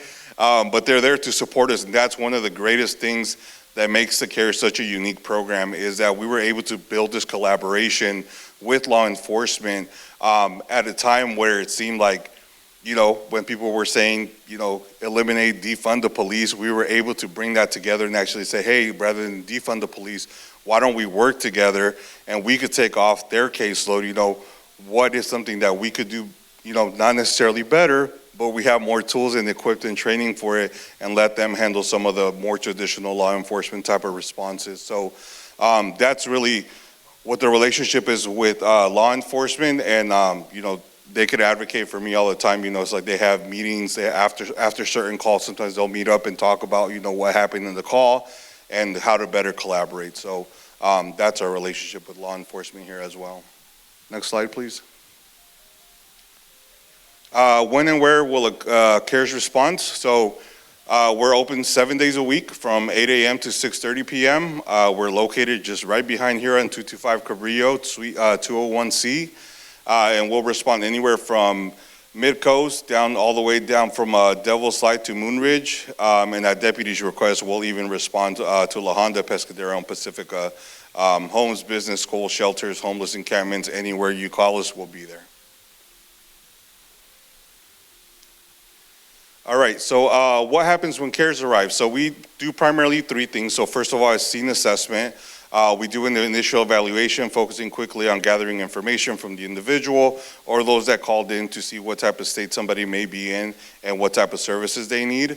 Our next step will be to do de-escalation and scene stabilization. So of course, ensuring not only the safety of our staff, but family members and those around them. And then the plan of action and safety planning and referrals. So that's our final approach, which, if somebody needs to be transported over for voluntary 5150 holds, we will transfer them. Or if they need referrals for food, resources, housing, whatever the case may be that they're experiencing a crisis for, that's what we're here to do. And for the care stabilization process, so we have transportation services. Like I said, we have voluntary 5150 holds, and our last resort, which sometimes may be necessary, is doing police escalation. But like I said, with the great relationship that we have with law enforcement, fortunately we haven't had too many of those situations that have it arise to that point. Usually it's vice versa. Usually police will show up to a scene that they got called out for, and they realize that they don't need to be there, and they will call us and say, hey, this call is more appropriate for you guys to take over, and they'll call one of our care staff members to go and take over that call. So, like I said, that's a very unique partnership that we have with them, and super grateful for that. And what happens after the response? So we do referrals, warm handoffs to partnering agencies. We also do next day follow-ups, phone, in person, or through email. And we ensure that connections are made between agencies, clients, and the client support network as well. And who is on the CARES team? So this is the lovely picture, as you can see, they're right behind me. But we have two crisis intervention specialists. They operate, one team will operate from Wednesday through Saturday, and the second team will be from Sunday through Wednesday being our overlap day, where all of the CARES staff are together for clinical training and whatnot. They specialize training in CIT and MI. One or both are bilingual, both BLS certified. BLS stands for Basic Life Support. And both having lived or professional experience, and they're overseen by one of our clinical directors, which he's an LMFT. And I will hand it over to Mike for some stats. Well, thank you, Luis. Thank you to the CARES staff and Luis for pulling the presentation together. And Luis actually came up with quite a few of these numbers, but he is allowing me to speak. Thank you. So the call types, there's a variety, but if you'll see that the top one there, wellness and mental health, 721 out of the 894 calls for service that we've had since the inception of the program. But we also have calls for disturbance, suicide threat, and you see a few others there as well. I'll just call out the top ones by location. Number one, residents, 357, commercial office, 160. But as you can see, there's a variety of locations and that we respond to. The source of the calls, number one, the San Mateo County Sheriff's Office, 401. It was said that we have the radios. We're in constant contact. We have good situational awareness before we're called out.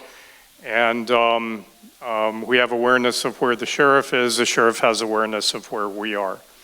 Citizen reports, whether they're calling our cell phone or our landline, and then public safety communications are the primary. We also, when we're out in the community, we may see something. That's what it means by on view, and then the 988 mental health hotline. Can we go to the next slide, please? What I really wanted to call out here is how centered we are in Half Moon Bay. We're in Half Moon Bay, we're of Half Moon Bay, and our services are benefiting the residents of Half Moon Bay. 85.5% Half Moon Bay, but when we look down at the remainder here, there is a relation to Half Moon Bay. I was pulling up today what has been our call out to El Granada, and what I'm seeing is these calls. I mean, it's only 4.4%, but a number of those are like right on the border. I mean, they park their car in El Granada and they walk across to Half Moon Bay. And also, we're finding that a couple of the ones that are in the northern part of the coast, the original call came from Half Moon Bay. I was reading one. A family at Safeway called for us to respond up to the El Granada area. Also, there have been services here in Half Moon Bay that wanted us to check on one of their clients. And when we get a little bit further out, like Montera and La Honda, I was reading through our responses there, and as it turns out, some of those could actually be resolved on the way to responding, finding out what's going on, and being able through a phone call or referral, be able to get them help without expending a lot of resources that are further outside the city. And then when I was looking at Bayside, like San Mateo and Stanford, it's a low percentage, so there were really only a few to check on.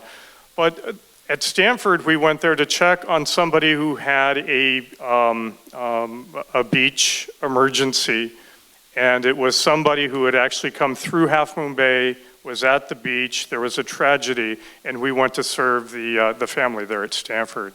Similarly, San Mateo, that was San Mateo County General, and it was somebody who their original call had come from Half Moon Bay.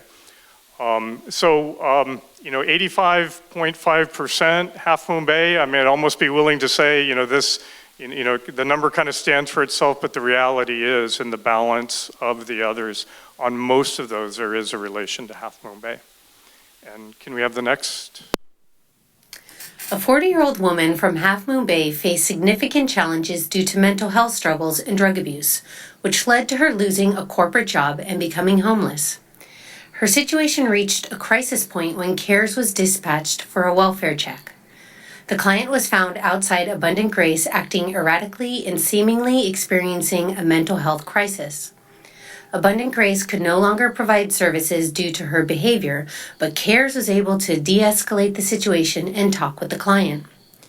During the conversation, the client shared that she had recently been discharged from a hospital stay following a 5150 hold, where she was diagnosed with bipolar disorder and prescribed medication she couldn't afford.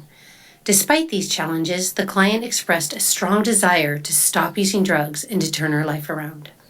CARES worked diligently to provide support and connected her with local shelters and agencies such as Samaritan House, Serenity House, and Safe Harbor. As a solution, the CARES team called the shelters and transported the client to Samaritan House for a 7-day stay, where she would be assessed for treatment and long-term housing. Over time, the client remained committed to her recovery, seeking help and utilizing resources CARES provided, including assistance with health insurance, a phone, and food stamps. The client is now on the wait list for permanent housing and has reconnected with her family, with whom she had been estranged. Most importantly, She has stayed clean from drugs and alcohol, demonstrating resilience and a strong commitment to change.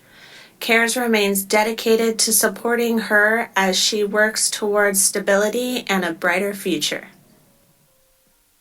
And on the right there, you see some of our connections. The next slide. That's our contact information, and I believe that is the end of our presentation.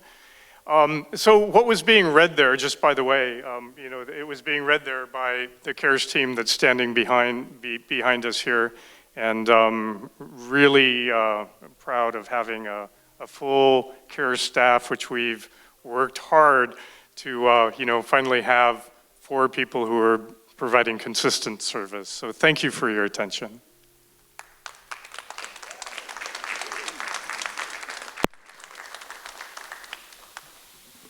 Thank you, and thank you for bringing as much of your team as you could tonight. That's great. Great to see everybody, and I think the city is really blessed to have had your services all this time. Are there any questions, council members? Mr. Mayor, I'll be providing some additional detail about kind of next steps, but I think it'd be appropriate if there's questions about the program and how it operates to address those to the CARES team. What percentage of visits or client services would you say are associated with Coast House? Is that a big piece of your responses? So we were able to take the clients from Coast House and get in. Can you speak into the mic a little bit more, please? So I'm sorry. Everyone at home can hear you. So all of them were able to get them enrolled into our program, and then we also work closely with Abundant Grace, so they can come to Abundant Grace and do a work program, and then come to our services and get anywhere from drug and alcohol counseling to housing, and we just try to help out their well-being. So you said all of them? Well, not all the calls. that would be a lot of calls.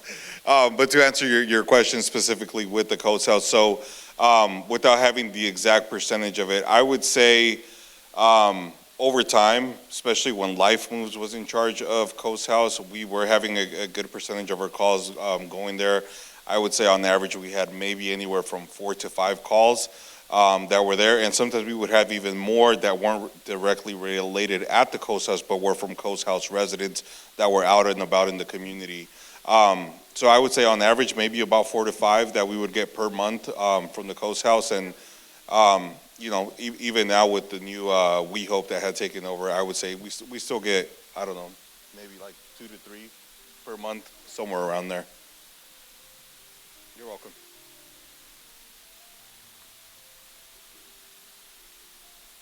Anybody else? Yeah. I have a question, but maybe it gets directed to Matthew. I'm not sure, because I'm trying to figure out the relationship with MCRT, and I lack of a better word, the competitor or not, or what relationship you may or may not have with that group too, because it seems the county has it available. So maybe that's probably a Matthew question. Yeah, wait till Matthew. Any questions before Matthew does his extra? Okay. Please, if you can. Sure. And I just did a rough count, and it sounds like under Life Moves, calls to Coast House represented about 10% of the calls, and under current conditions, it's probably more like 5%. So, Thank you for that clarification. So maybe I'll answer that question first, and then I'll talk about next steps because they're related. So MCRT, which stands for, give me one moment, the Mobile Crisis Response Team. This is a program that is very similar to the CARES team that was launched by the County of San Mateo in July of last year. There's actually some requirements for counties under the Medi-Cal program to launch these programs. And so in response to that, the county launched this program. It's a 24/7, 365 service that's offered countywide.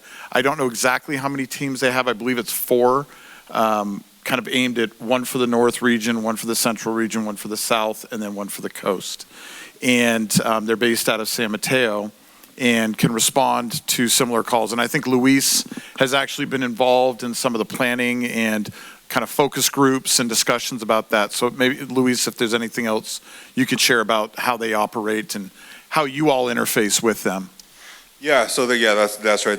They do have 4 teams and they operate, 24/7. We met earlier on, when they first launched the program. Mike and I did a visit with them, and they kind of gave us a breakdown of, kind of where they're at, kind of what their plan is. And sounds like they've integrated really well over the hill, into most of the peninsula area. And they did share with us, that they were very well aware that we were providing mostly services out here on the coast side. So, from what they shared with me, it sounds like they were still seeing a lot, a majority of the calls coming straight to CARES. At the time when we met, I think they said they had only received 1 call so far from the coast side at that time. So, I mean, as far as going back to kind of what makes CARES unique, I mean, we did a huge launch and connection with the Half Moon Bay community, and as most of you guys know, Half Moon Bay itself is special, and so is the community here. And it takes a long time for the community to start trusting new agencies that are coming in to try to provide sort of core services. And one of the unique things, again, that we did is that we had a huge campaign, and we went, kind of door to door, telling them about CARES and local businesses. And that is one area that I did share with the SMCRC team, that is a way into Half Moon Bay's heart, to make sure that they connect with the community. And that's one part where I would say, again, not to bash what they're doing at all, but one thing that we haven't seen yet happen here in Half Moon Bay. So, so again, their integration with Half Moon Bay, I haven't seen too much of it. We have tried to, handle some calls that went really late into the night, and we didn't have too much success with that. You want to say something? Go ahead. Hello. I do know one big difference between that team and our team is they receive calls directly from 988. So it is a bit of a difference as we're listening to the police radios all day. So we know what's going on. We can even let them know we're here to help. So it is just a bit of a different response where they have to go through a few more channels compared to CARES. I mean, I'd like to add that in touring their facility and looking at their presentations, I mean, they have a very impressive setup. I mean, they have funding, they're capable. There are some areas where we think we excel at, and they're not secrets. I mean, we share them with that team, and it's not out of the question in time. They'll be able to pick up some of those practices and be more embedded in this community. I mean, it's hard, at least at the moment, to beat like a 4 or 5 minute response time. When you have a crisis, we're right here in downtown. When you see that our average response time is about 10 minutes, that includes some of the outlying areas. That includes if we get a call from further away. If you have a crisis right here in Half Moon Bay, that response time is one thing that we've worked really hard to achieve. Another one is to be able to have that great relationship with the sheriff's office.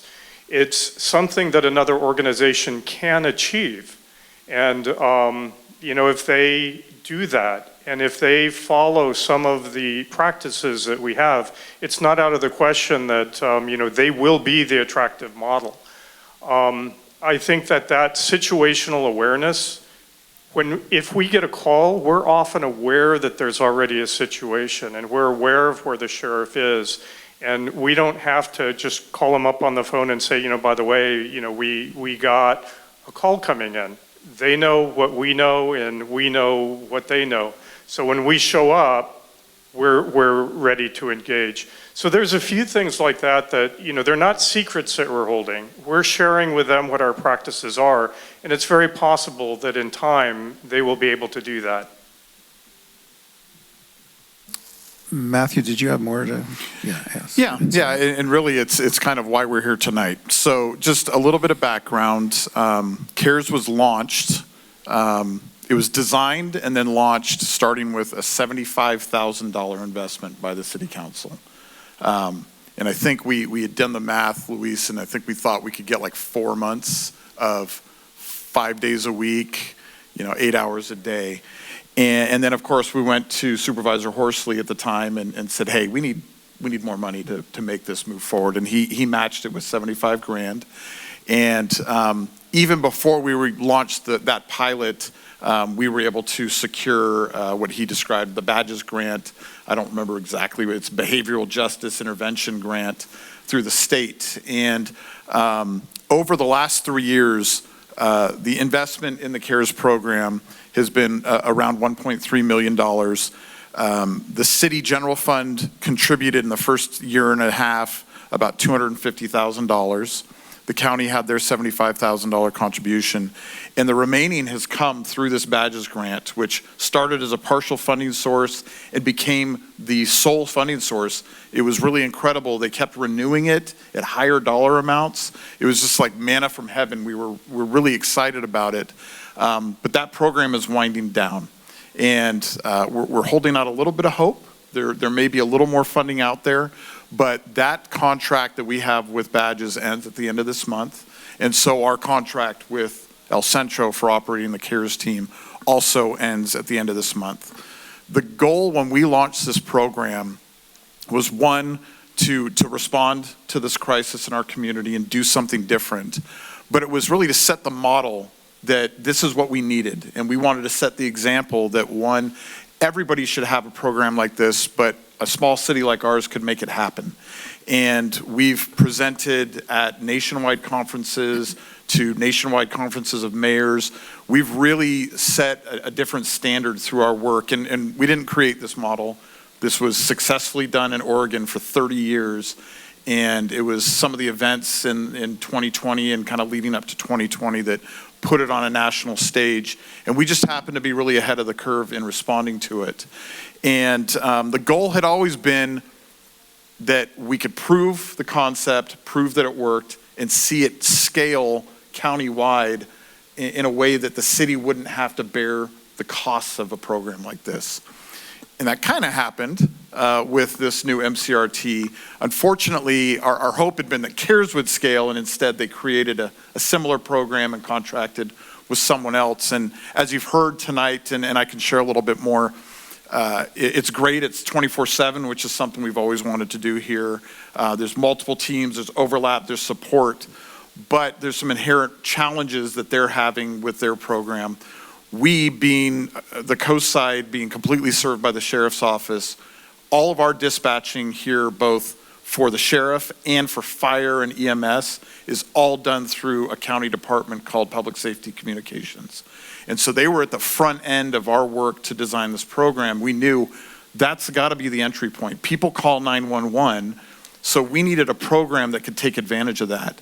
And we busted through a lot of barriers. The idea that we have civilians carrying police radios and listening to police traffic is wild, but we built a program on trust and really diligence and making sure that could be a trusted thing. And I think as you just heard, that's really crucial to that relationship with law enforcement and it being really an effective partnership with law enforcement. The county doing this on a countywide basis, not everybody's on the county's 911 dispatch system. Different cities have their own dispatch systems for police, some with fire. The complications of that had prevented them from using 911 as the system of intake for their MCRT program. It also means that they're not carrying these law enforcement radios. They're not listening in on law enforcement traffic and developing that partnership. There's also, dozens of police and law enforcement agencies in the county. So what we proved here as a great concept and a successful concept doesn't quite scale yet countywide. And I think that's part of the reason we're not seeing that implementation here on the coast in the same way.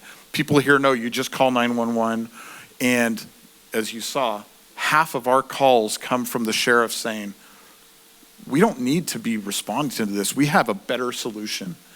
And in talking with Captain Chichov, we're trying to get some data to prove some of this out, but it's a small data set. But every time they refer a call to the CARES team, you're talking about hours cut on writing reports, hours cut on follow-up from the sheriff's office. The recidivism of these people in mental health crisis that happens when the response is law enforcement or fire or EMS completely changes when you have trained professionals coming in, connecting them to services, and then doing follow-up with them to make sure that they're following this treatment plan. It's really hard to quantify, but anecdotally, the sheriff's office believes that they are getting hundreds and hundreds of hours of staff time back to respond to what they're trained for and what we pay them for. And so we really think that, again, long-term, a countywide program is the answer. It is something that should just happen throughout our county. I think our isolation and to some degree the success of the CARES program has created challenges in that MCRT team really integrating with the coast and moving over here. They're only 6.5, 7 months into that program right now. It launched in July as one team. I think the coast side portion of it didn't happen for a couple of months. I don't think it's fair to them to judge them the way that we judge the CARES team because they're just so early in this process. And so for those reasons, we have some recommendations in the staff report, some options to one, provide funding to continue the CARES program through the end of this fiscal year, and then to look at potentially extending it for another year. I'm happy to go through some of those options. They're really well spelled out in the staff report. But we really feel strongly that letting the CARES team come to an end right now would be a mistake. It would be a challenge for our community. But if that were the decision, we also have the full commitment of El Centro and the CARES team and city staff to transition towards really marketing that MCRT option and getting the community connected to them and helping with that relationship with law enforcement. So with that, I'm happy to take questions or provide any additional details. To the mayor, I'd like to ask a question. Yeah, Patrick, please. So I talked to Captain Chichoff twice, and I really wanted to have more data because I couldn't really get a consensus based on, 1,000 calls and then 1,000 responses, and I think that's what you've done here now. I think is that as of today, or you had that coming? Because we didn't get it in our packet. I'm sorry, in terms of the number of calls? Yeah, more details, because in our packet it just says 1,000 calls and 1,000 responses. I just used round estimates. Yeah. I didn't get into the level of detail you provided tonight in your presentation. So with that phone call, that was what I was asking Captain Chichoff, was I'd like to see more details of how many responses and what they were and stuff like that, and I think that's what we saw. It would have been nice to see that in our staff report to make a decision like that. Then the other thing was, so I'm kind of fumbling through all this and trying to figure out all these options. We have 4 options on the table, if I'm not mistaken, correct? So number 4 was, and I'm not saying verbatim this is what Captain Chichoff said, but I ran number 4 with him, and he thought that's not a bad idea. But then we also, in discussion, talked about budgeting for radios, if I'm not mistaken, and that has to be, if we take number 4, we have to make sure that we're not depleting those funds so that we have money for that, which we have to upgrade the radios at some point. So he made sure that we had that. And I threw out a number like 50,000, and he said it wasn't that much. So I don't know what the numbers are, because there's nothing in my packet that says that. I kind of like the number 4 just based on what I read and what Mr. Chichoff said or Captain Chichoff said. But it's not an easy decision because I don't know a lot about the CARES program. One of the things that I'm weighing out is time response between the county one and ours. And we do, everybody knows it's 15 minutes because I'm in San Mateo at my work. It's 15, 17 minutes typical. And then here we have a 5 to 6, 5-minute response time, no more than 10, correct? Is that right? So counties 15 minutes versus 10. So those are the things going through my mind. Yeah. Really quick on response times, and CARES may know more. There isn't a lot of data on what the actual response times are for the MCRT program, but they've set a standard of approximately an hour to an hour and a half to respond to calls on the coast. Now, that's probably them playing it really safe, not knowing where those teams might be dispatched elsewhere, but obviously that's a pretty big variance from what we're getting right now. And one of the things that we've been pressing for is eventually having that coastside team based over here, not being dispatched out of San Mateo and having to fight traffic and all of that coming over the hill. And I think that is their plans long-term. We just don't know when that'll happen.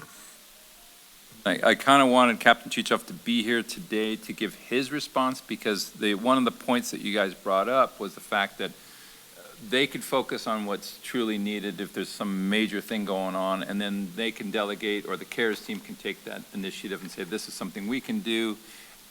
He brought up a lot of details. Those details that he brought to me as I'm sitting there commuting in over the phone and I'm talking to him at 7 this morning, there was a lot of details that it would have been nice that he could be here, and he tried to be here, but he has other obligations. But I think as a council, we should hear those things that the sheriff has to say, because there's a lot of details of why it's good that what CARES is doing. And we do have Sergeant Lothian here. He's in the back. He actually has much more boots on the ground experience. If you'd like to hear from him, ask him any questions.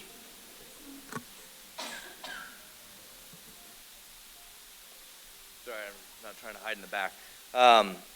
It's a nationwide trend to have partnerships now with law enforcement and clinicians. Really, they assist us as another option when we get a call for 911.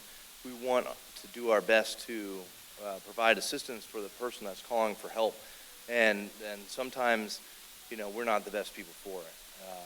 These guys have better training in clinical stuff, and they can do the follow-up that law enforcement can't necessarily do in making care plans and developing long-term, because a lot of these people that are in crisis, they're in crisis for a long time, and it doesn't end in one night. And we're kind of like a Band-Aid for emergency situations, where the options that we have is we put someone in an ambulance and we send them to the hospital so that the folks at the hospital can talk to them and evaluate them, but we don't really have the options for long-term helping people like CARES does.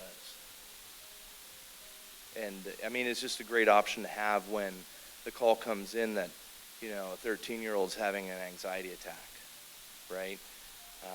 It's something that, myself and all my deputies can relate to, because we all, we've had kids, we've been there, we've done that, but we can't necessarily invest the same time that they can, because we still have other calls for service that may pop up that, take priority, and we got to go, fight crime sort of stuff. So I talked to some unhoused residents, Donna, Martine, and Shane, who I've had the pleasure of meeting, and it was bizarre because I'm at Nano's. I meet Martine, and he's a friend of a friend that from South City, and he's living out of his car. Donna is living by the creek where Menitis's property is, and Shane lives over by the horse farm. They didn't speak too highly of the CARES team. I mean, I have to voice their point. They said most people don't want it, but that's just their take, right? So, and a lot of them told me what they're struggling with, and they are struggling with mental health. And Shane was telling me that, he was kicked out of Abundance because he found beers when cleaning up, drank beer. That meant that Eric had to relieve him, and he deals with anger management issues. And a lot of them, Martine was telling me his issues, and Donna was telling me her issues. So we do have a lot of mental health issues in this town, especially with the unhoused, it's for sure. But they're the nicest people. When you sit down and talk to them, they tell you what's going on. But they did say a lot of things that I didn't want to hear about the CARES team, what was going on. But that's just an isolated thing. I'm liking what I'm hearing. I think we need this. But I'm also listening to everybody. I want to see how it all works. This is new to me. I haven't really heard about it before, and I know previous council is the one that put this together. I also know that this is like a trend, which is, starting, and I think it's appropriate. As if we're on the curve and we're above doing what we're supposed to be doing, I think it's the right thing. But I also need more data, and I would like to, see from everybody and listen to everybody. Can I say something real quick? So us at the CARES team, this is just a slideshow. But what we do on a day-to-day basis is work with the community and work with the members, and that does include homeless. And a lot of the homeless people are afraid of law enforcement, and at the beginning of working with us, they have good or bad experiences with previous staff or just, normal things that go around when in any business. And what we have been trying to do this past year is try and build those relationships, try and give more empathy. And just in the past year, we were going over stats today, and we've had more people coming back to CARES, more people calling and texting us. We've had more people relying on our services.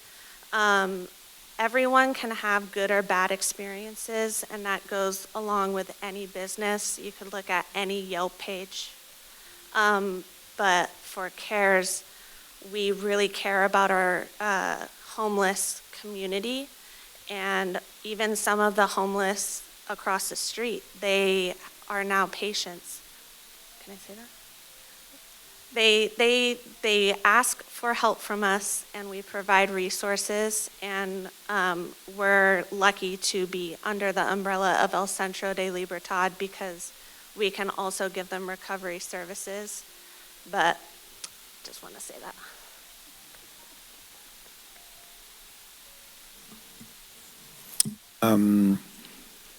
Yeah, it's interesting about the three people you spoke to, Patrick. It would be interesting if they say, because they said, we don't want care services.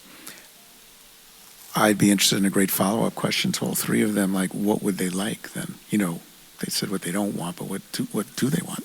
Well, I tried to get Donna to come in, but she's dealing with her dog because it got taken away from SBCA and that whole thing, and that dog was, bit somebody, or I don't know the whole details. I think Matthews. I tried to get her to come in, and I tried to ask Martine to come in, but it's not easy to do, and they don't know the whole process. But I didn't mean for us to ask that. I was wondering if they had indicated to you what they do want, if they don't want CARES at all. No. Okay. But what you brought up, the lady that was here, you're right. They're scared. They don't want it, but they're scared of the sheriffs. So there's this whole scare factor going on. So it's almost like they'd rather push away, from what I've gathered. I don't have a lot of data points. It's only three people talking, and I ran into them twice. And it was interesting because we were all at CVS, and then here the discussion came up, and I thought, this packet came up, and I'm like, this is my opportunity to ask some questions. But that's only three people. That's what my point is it's a random conversation. Also within the homeless community, especially with a couple of the people that you did state and you did talk to, just the homeless community in of itself, they're really hard to talk to and open up with people. And it can be challenging on both sides of the conversation as well. So we are trained to do that, and which is why people have been starting to come back and rely on us more. Councilmember Penrose.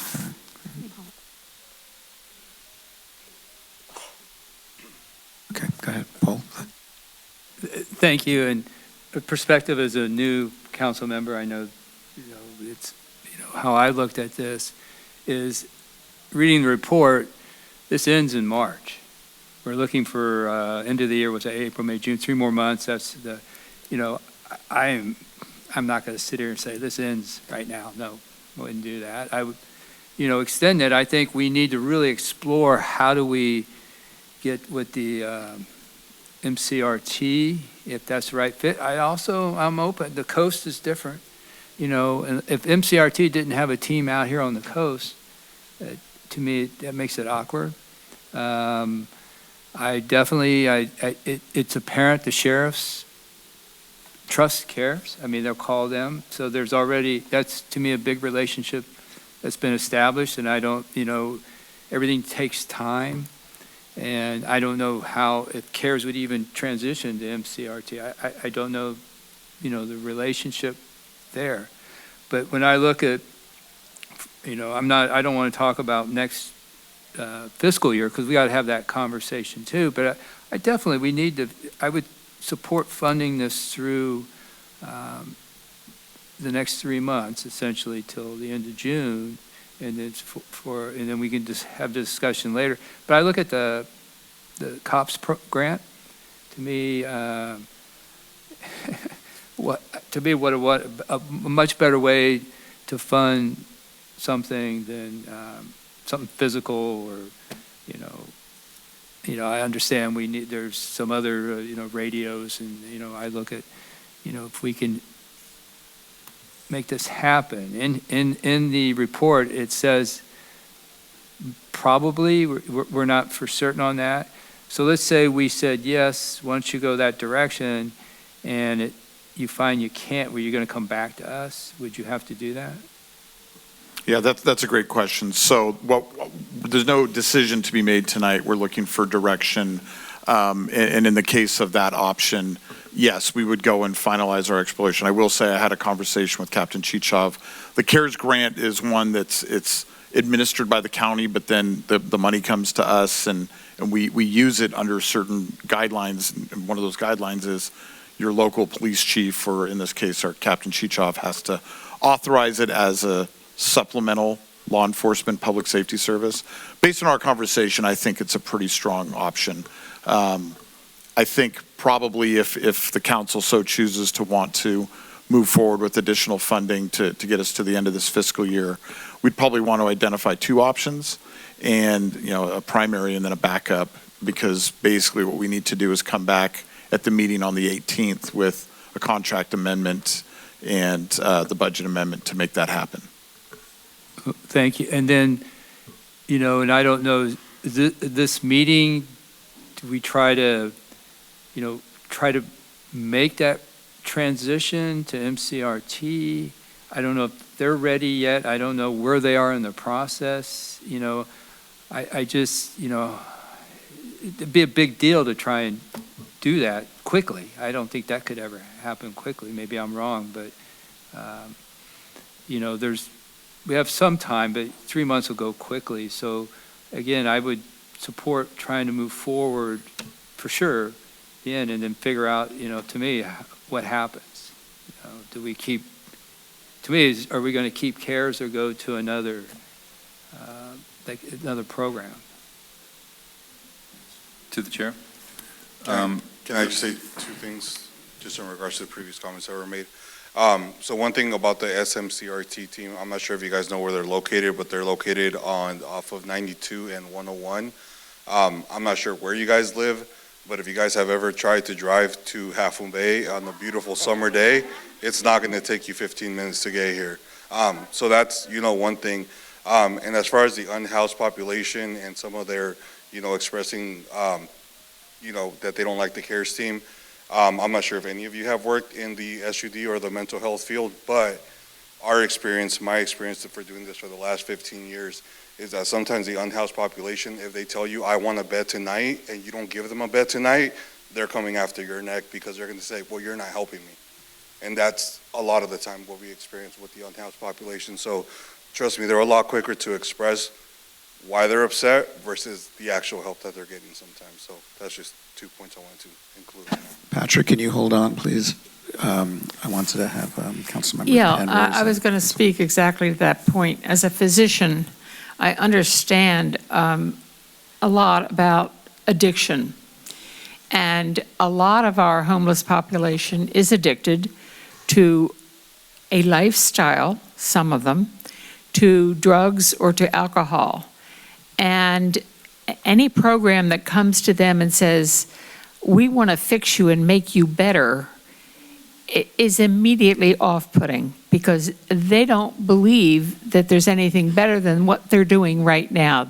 Some of them, that may not be true for, but a lot of them it is true for. So there's a resistance to change.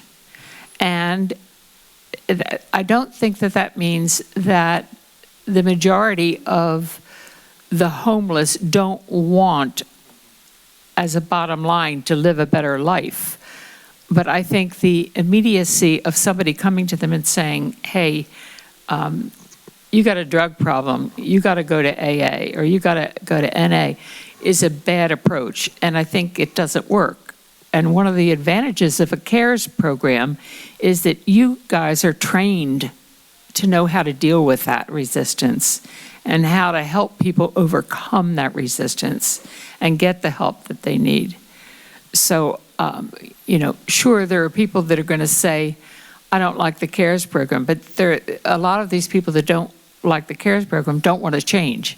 They're afraid of change. They're afraid of what that might mean. What's it going to take from me? Do I have to go to a shelter and give up my dog, for instance, that kind of thing?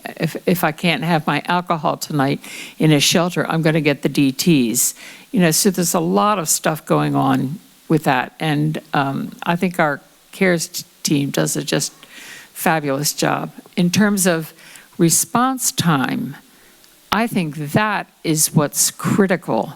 If you can catch someone when they are saying, I'm in crisis, and respond immediately with good suggestions, with good help, then that person has a much better chance of getting out of that crisis than they do if a person calls 988 and says, I'm having a mental health crisis, I'm considering suicide, and nobody shows up for the next 2 hours. So there's no question in my mind that rapid response time is critical. The county program, while it may be well-intentioned, is a pilot program, and it's going to end. When is it going to end, Matthew, do you know? Well, I think there's a little confusion out there about it. Their initial contract was for 1 year, which would be at the end of this fiscal year. But in my conversations with Behavioral Health and Recovery Services, who's administering the contract, they're not planning to end that program at the end of the year. Are they talking about modifying it in any way that makes more sense to us? Not sure. That is unclear. And I think that's, if we were to extend the program, those are some of the answers we'd have to get. It's been challenging to get information about the program, to say the least. Okay. All right, that's about all I had to say. Thank you. Vice Mayor Reddick. Yeah, I think our pilot program has been a success. And I think you can,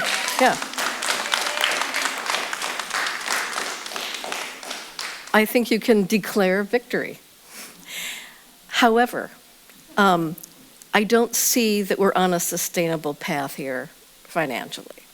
I'm willing to approve some money for the next 3 months, but as far as I'm concerned, it's to wind down. And the reason is, I think a county organization has the potential to be more sustainable to provide these services. The county has more money, they have more access to other sources of funding.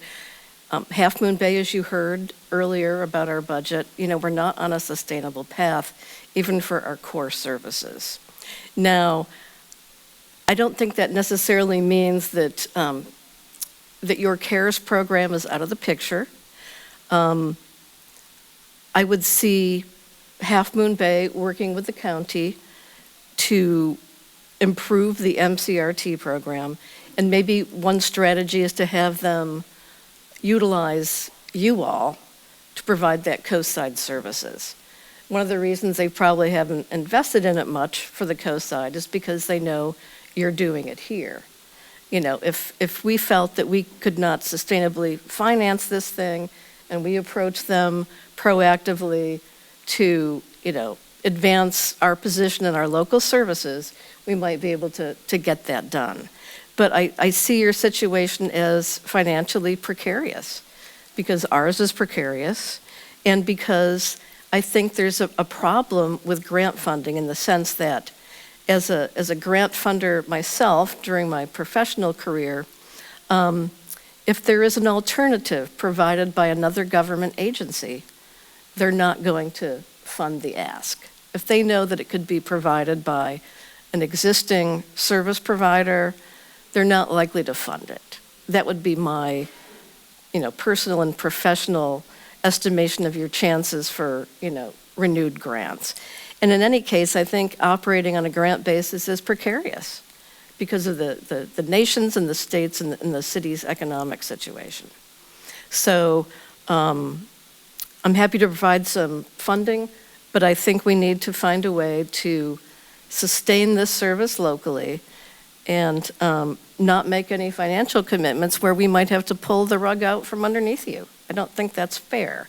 I think you need a sustainable path, and our community deserves, a sustainable path to provide these services. I totally believe in alternative response to the police, and I think you guys have developed good relationships. So, my preference would be that we find a way to utilize MCRT, and advocate for you to have, a piece of that action because you're boots on the ground. But I just can't make any future financial commitments to make you a part of our core funding. I just don't see it happening. So how can we work together to improve the county service and hopefully, utilize your services as part of that would be, my preference. So I'm happy to talk about some amount for 3 months, but I can't, make any further commitment or even signal that I might make a further commitment. And that's kind of where I'm coming down. I would like to have us bring in MCRT for a presentation, because I want to start that relationship now and get them in front of the city council and the public to talk about, what they're doing.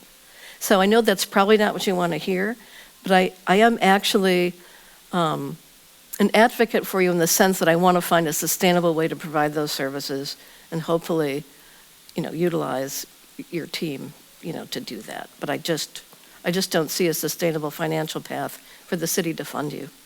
We had talked a little bit previously about what could we do to fund, urgent care?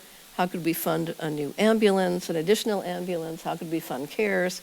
And there are things called life services districts, special districts where we have a sustainable local funding source to fund these sorts of things, and CARES could be funded, as part of that. But I don't think this a little bit here, a little bit there, maybe a grant, maybe not, that doesn't work for me, and I don't think it works for you either. So I'd like us to find a sustainable way to make this, have this continue in our community. So.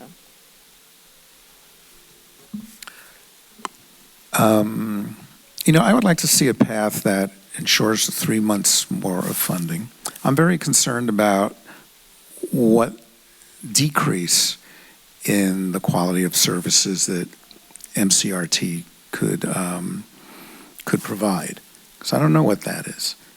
Do they need 3 months? Do they need 6 months? But at the same time, I'm really interested in what other kind of sustainable funding might be available. Is it possible to have something called MCRT COSIDE /COSIDE and use the folks who are here who have the expertise for the COSIDE to get incorporated into that, and maybe have a little bit of independence, that availability to 911. I mean, I've heard of some pretty important issues about how those calls get processed, what happens, and I think it would be great to hear, what the county thinks about that. Because the reality is, we now have, a governor who's saying, yeah, it's okay to clean up all the homeless, clean up homeless off the streets, and it's a statewide issue, but no one's providing the funding, really, that's necessary to provide, extended services, mental health services, to decrease the recidivism. The sheriff, there was hundreds of hours of saved time by the sheriffs. It would be great to put a number on that if the sheriffs can help. It's like, well, how much time? Because that gets considered into the, county's budget. And, maybe chat to each supervisor and have a chat with Josh Becker and Mark Berman to get a sense, is there any state money that we don't know about that could have a more sustainable source of funding. But, yeah, I'm concerned. These issues are just going to increase. We're going to have more folks who are unemployed, I think. Our economy could be going in all kinds of directions. So if all that's true, all the issues that CARES is currently working with are only, in my opinion, get worse. So we have this real model program that lots of folks can continue to learn from, I think. And let's have our Board of Supervisors and our, state reps maybe make that case for us to see if there's some sustained funding out there. And if there isn't, there isn't. But I'd like to feel we at least asked and tried.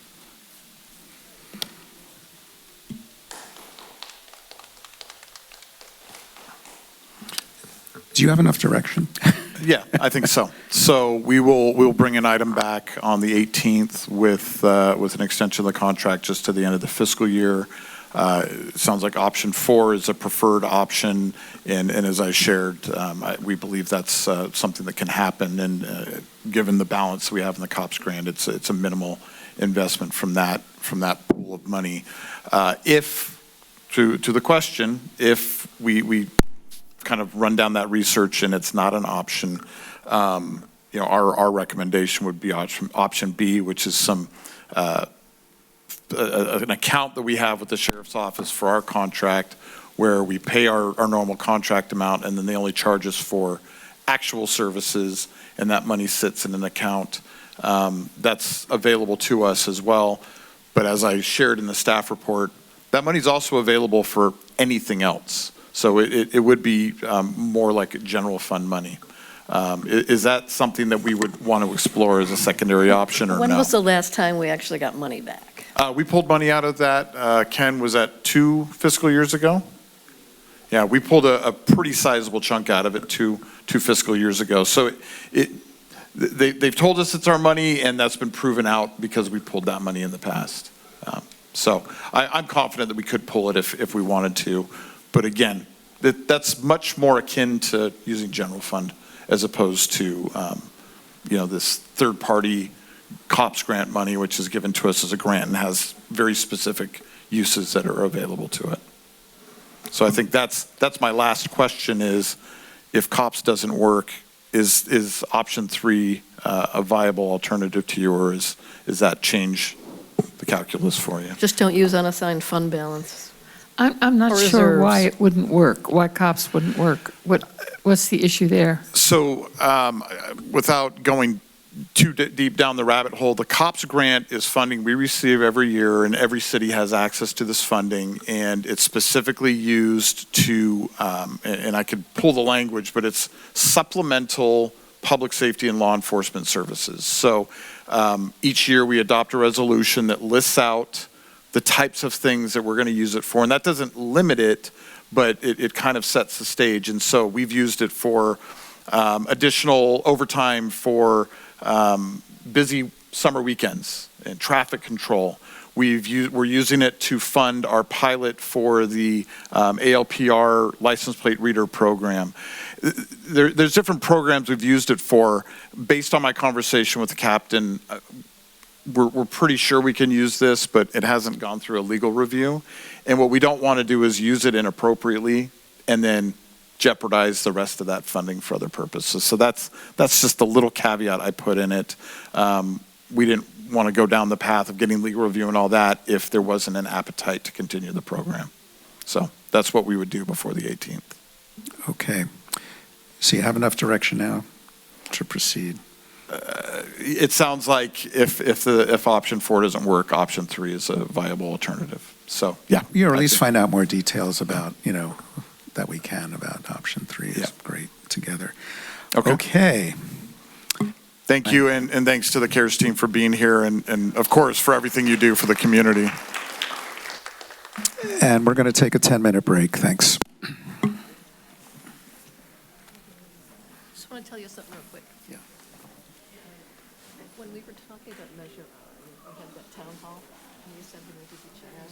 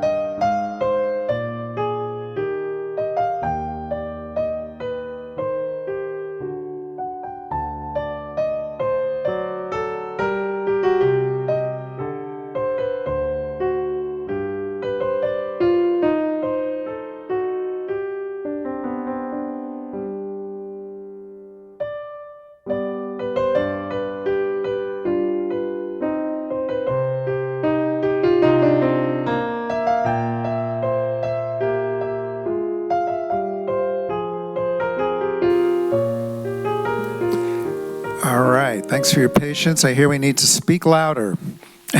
Okay. Why don't you guys move up? That's right. All right, thanks for the feedback. Sometimes we don't get close enough to the mics, and then we get a little tired, and we can get a little mumbly, so thank you. Good to know.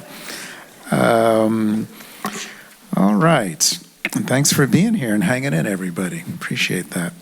We are up to item 3D, which is a budget amendment for John L. Carter Park improvements.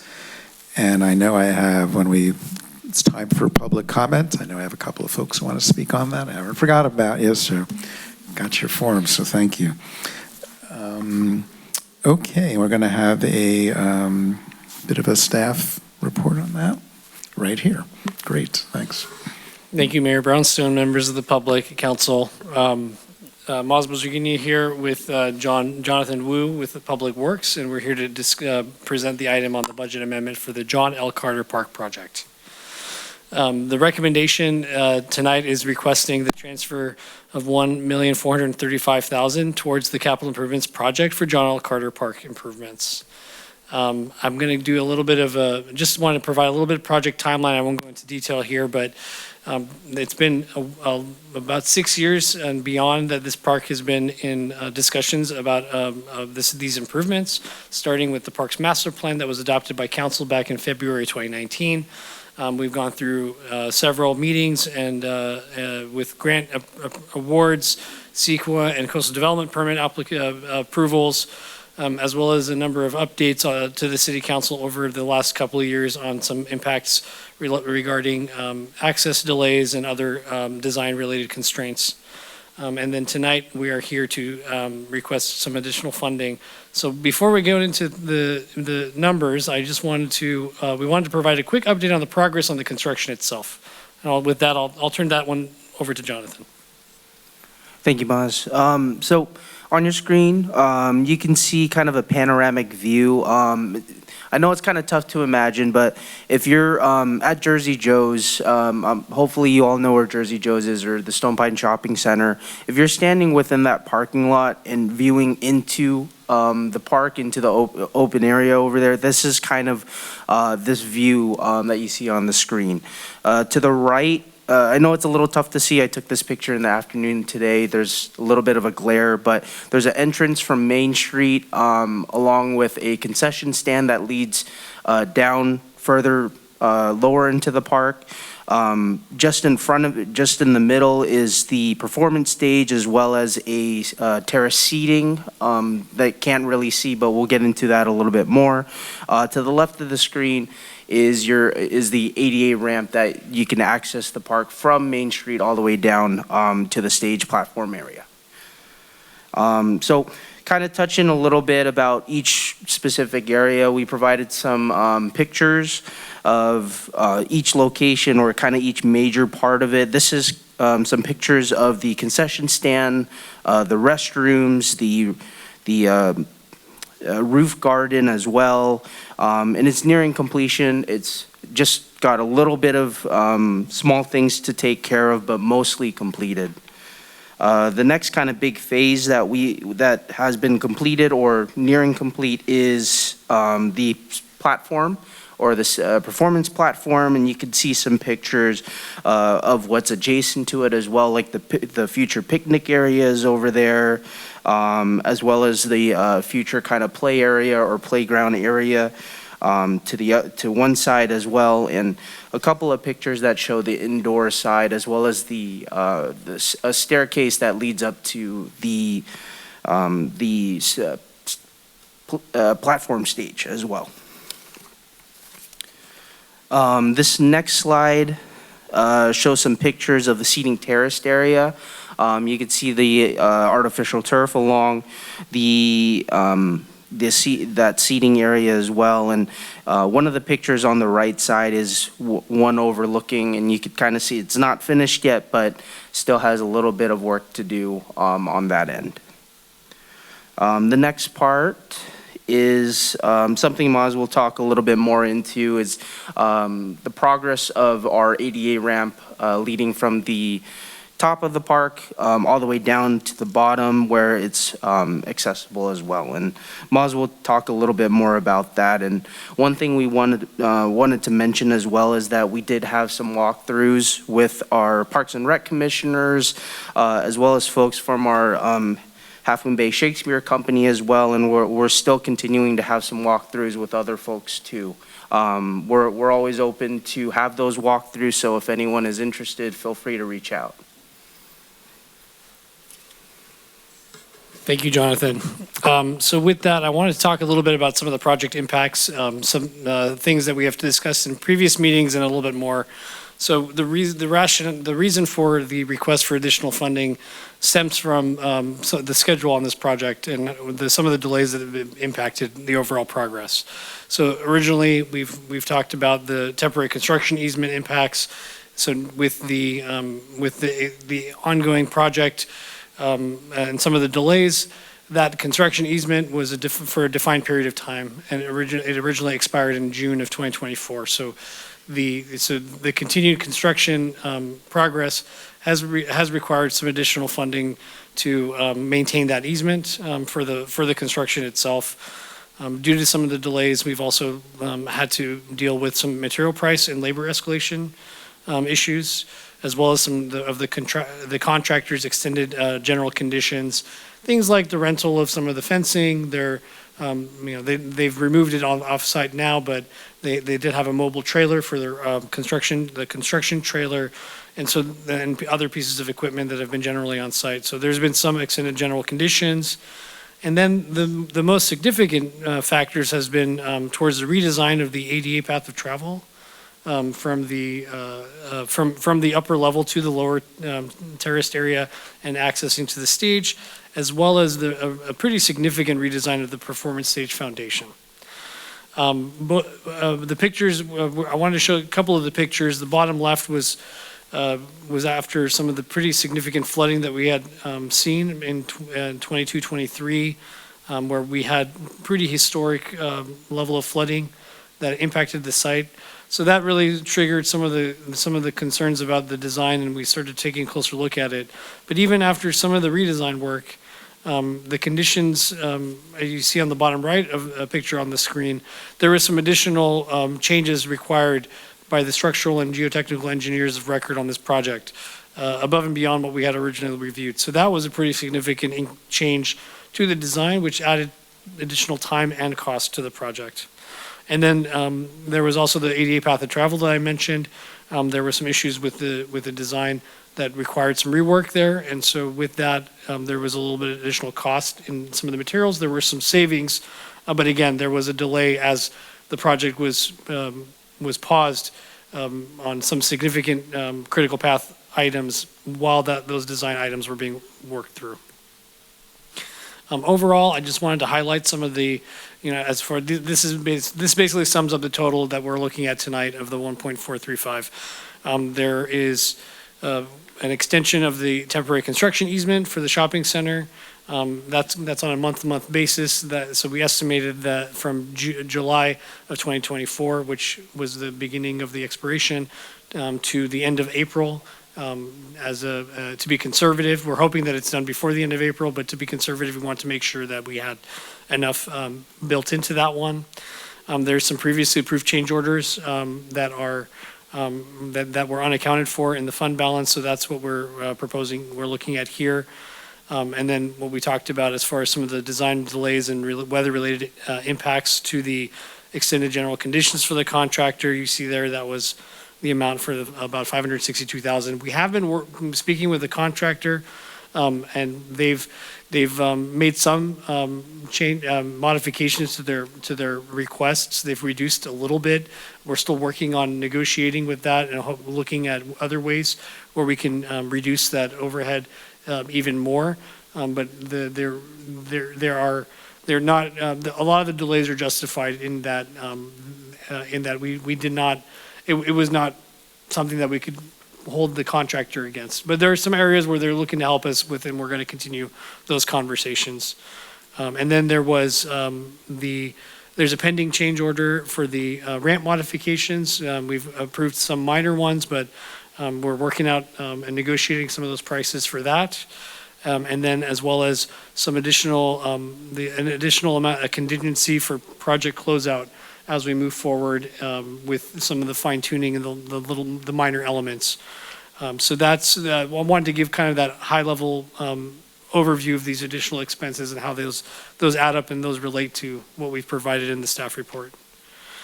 Then we go into the options. So it's a pretty significant request, and so we've looked at ways that we can come up with funding. And what's in the staff report was originally looking at some general fund dollars as well as some unexpended fund balances. We have monies that are set aside for parks and facilities and general capital transfers. So those are funding sources where we had projects that did not use up the entirety of funding, and so there were some remaining balances on certain projects that kind of get pooled and are transferred over for future projects. We have development impact fees that have historically fed some of these other funds, like the Parks and Facilities Development Fee, Fund 125. So that's what we looked at. There was also some questions with respect to other capital projects where we could consider borrowing from or funding the necessary money that we need to complete this project. And so we've identified a few. You can see here we've got some unexpended amounts in a number of projects, some smaller ones and some larger ones. There's the train depot and Johnston House short-term improvements. Not a lot of money, but there was $45,000 there that we have not expended yet, so we can look into that. The Magnolia Park project, which has been a project that has been of community discussions and priorities. But again, that's a project that we haven't, as staff, has not been able to get to, and so there is an unfunded and unexpended amount that's associated there. again, we wanted to highlight some of the other projects. Smithfield is another one where we have some funding set aside, although that project has quite a bit of design and environmental work behind it. So we were hoping to move forward on that project in the coming months, as well as the potential donor that was interested in funding that project. There is some unexpended balances from older projects like Poplar Beach Gateways. That was a project that was developed a number of years ago. And unfortunately, that project, due to a number of competing interests, has been on the side burner. So that's another unexpended pot that we could pull from. And then there's also the Pillar Seals Creek Restoration and Remediation Project. I mean, obviously, all these projects have made it onto the capital list because there's been a need and a concern for them. But as far as opportunities to fund the request tonight, these are some of the projects that we could consider. And the thought would be that we would obviously, we have next week, we're going to be having the priority session, and then we'll be coming back with the capital budget. So whatever funding source we consider, the council considers tonight, I think we'd like to hear your thoughts. I think we have to confirm some of the balances with finance to make sure that we are accurate in our estimates. So I think the conversation tonight and some of the feedback we'd like is if there's certain projects that you think we should pull from, we can prioritize that potentially and maybe look at utilizing some of that funding to cover the costs that we're requesting tonight. But that's kind of what we were hoping for as part of a discussion tonight. So with that, that's the end of our presentation. I'm happy to go back and provide answer any questions you may have. There's a lot more information in the staff report that we did not represent on the PowerPoint, but we're happy to dig into any of the questions you may have. Does anyone have any questions right now, clarifying questions before we take public comment?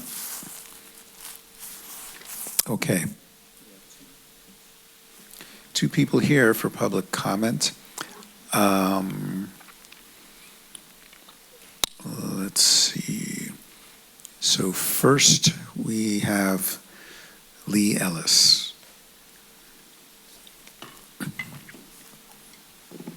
And again, thanks for waiting, Lee. Appreciate it. Sorry. How's that? Good evening, Mayor Brownstone, Vice Mayor Ruddick, council, staff, and the public. My name is Lee Ellis. I'm here as a resident of Half Moon Bay and co-founder of Half Moon Bay Shakespeare Company, a local nonprofit classic theater company, also known to the city as Shakespeare in the Park. I also serve on the board as an officer. We adopted Carter Park in 2013 under the city's Adopt a Park program. Our purpose in doing so was to resurrect a lovely park, which we believe to have great potential for community enjoyment, as well as future venue for many art and entertainment forms that exist on the coast and in the Bay Area. We are very appreciative of all the support we have received from the community and you, the city, during these last 12 years. From 2014 to 2019, we had the joy of performing multiple Shakespearean plays for the public under the redwood trees in our home at Carter Park. We also worked with the city to help maintain the park premises. We managed to bring many, many patrons to our plays from the coast side and from other parts of the Bay Area and beyond. Despite the COVID years and the intervening Carter Park renovation, we have continued our warm and working relationship with the city, and together we have planned our return to Carter Park in August this summer, when we will perform The Taming of the Shrew.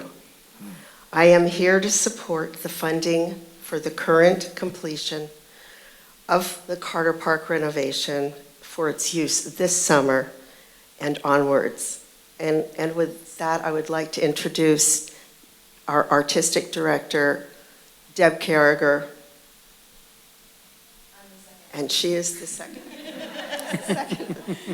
Good evening. Hi, I'm Debbie Lane Carriger.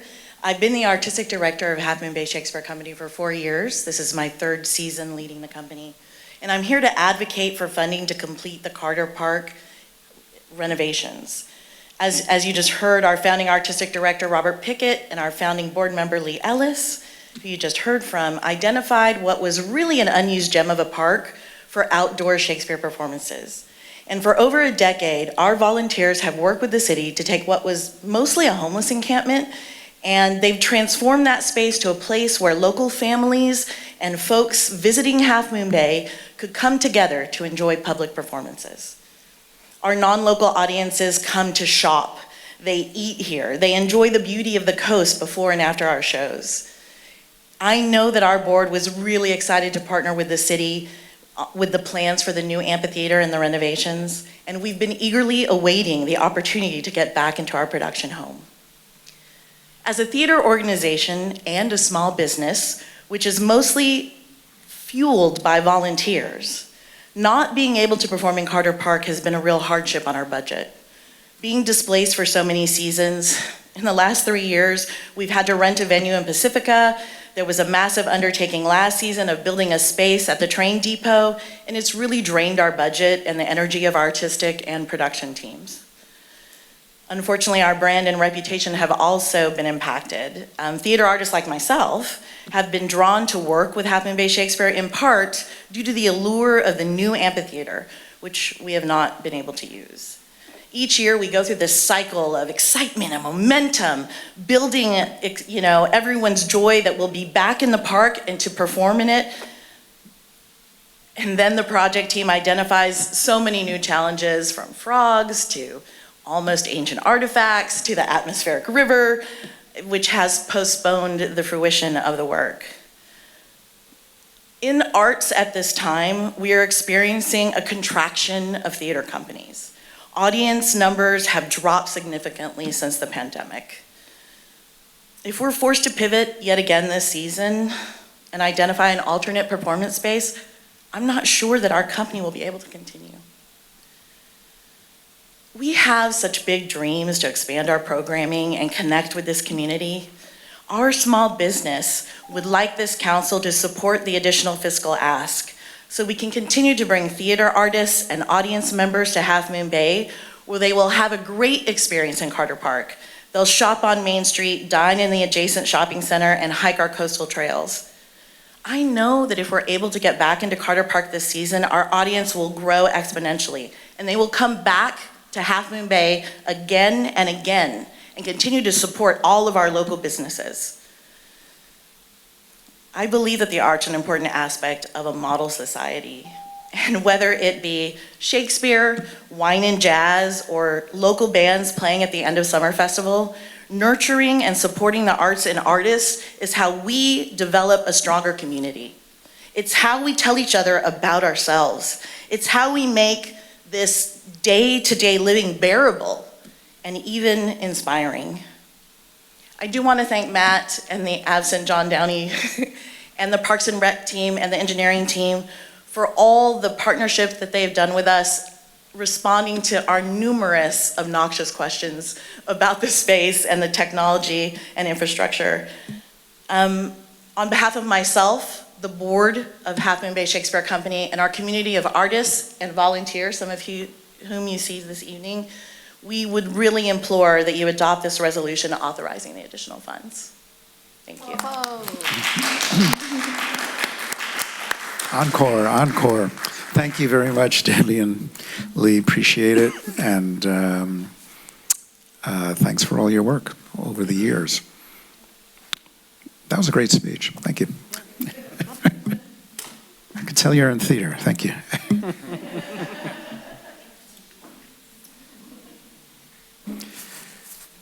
So, what say you, council members?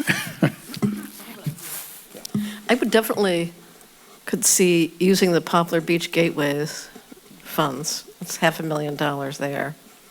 Maybe the depot.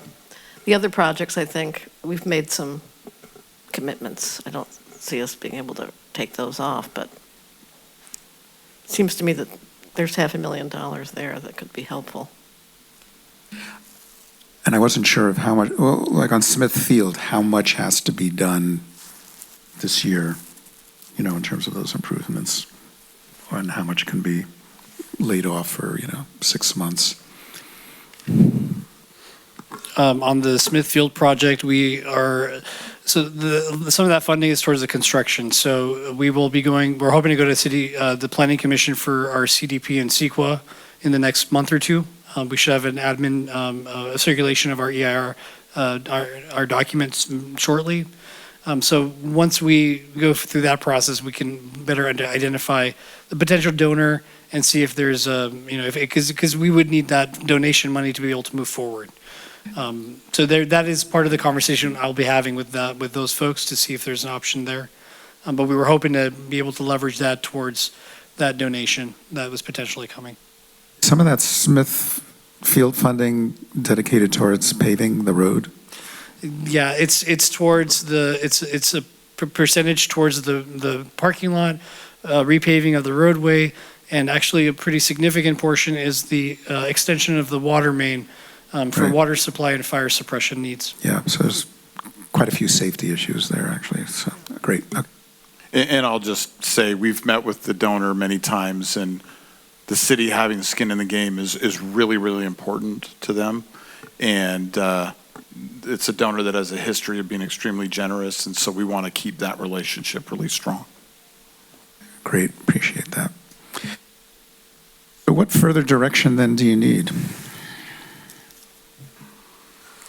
Well, I think the first question is, do we want to move forward and complete the project and allocate additional funding? If yes, then are some of these alternatives preferable to general fund? This kind of gets back to what Ken presented earlier.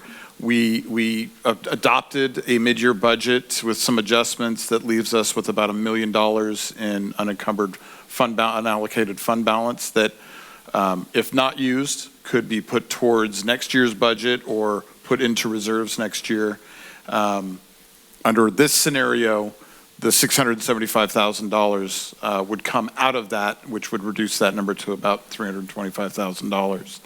Under the scenario where Moz has presented some capital projects, it doesn't look like we can eat up the entire $675,000 with that. But a significant chunk of that would be taken care of within the capital budget, and it would reduce the general fund contribution for this significantly. And I know it's a project. I mean, the longer we wait, it's just going to get worse. Yeah. I think we already have a forecast 10 days from now, a whole new storm system coming in. So that better spend a little money now than to keep losing money. So I don't know what other choices we really have at this point. And I want to publicly say, this has been frustrating for staff. I know it's frustrating for council. It's frustrating for the community.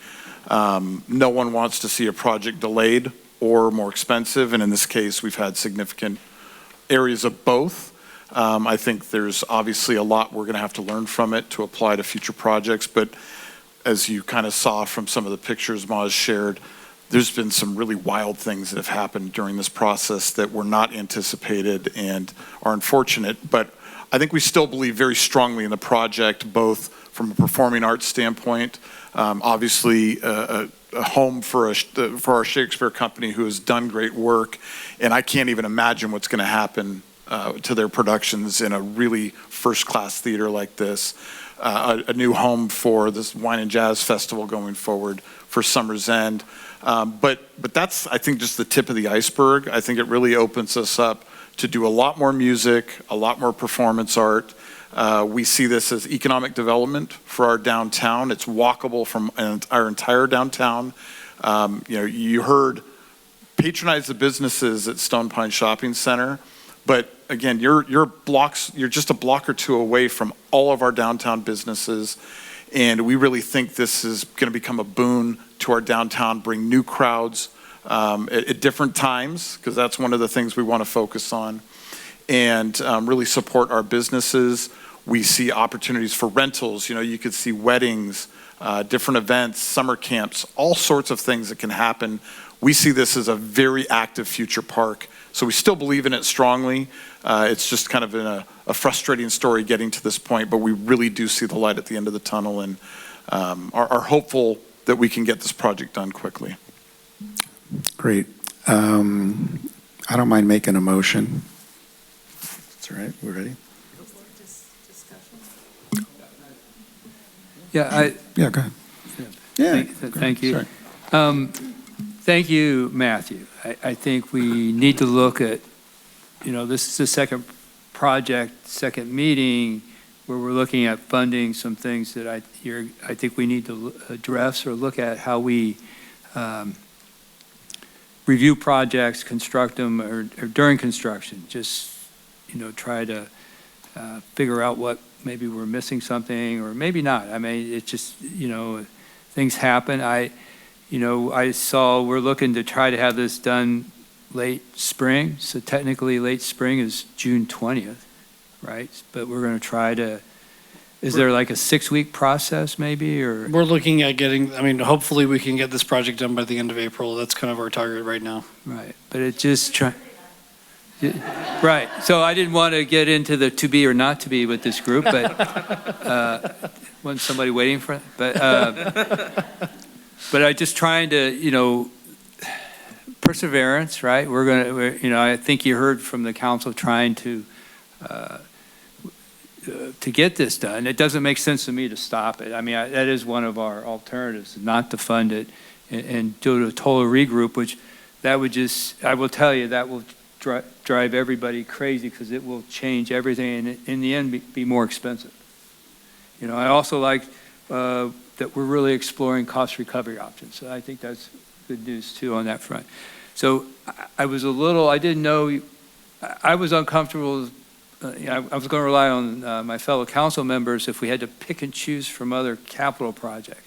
Just because I wasn't part of a formal adoption earlier, I heard probably the ones that are being mentioned that aren't either done and there's monies left over, or the reality, we get to look at it again this budget year to whether that becomes a priority or not, how to fund it, right? So I think we could do that. So, yeah, I'm okay wanting to move this forward and let's get her done, right?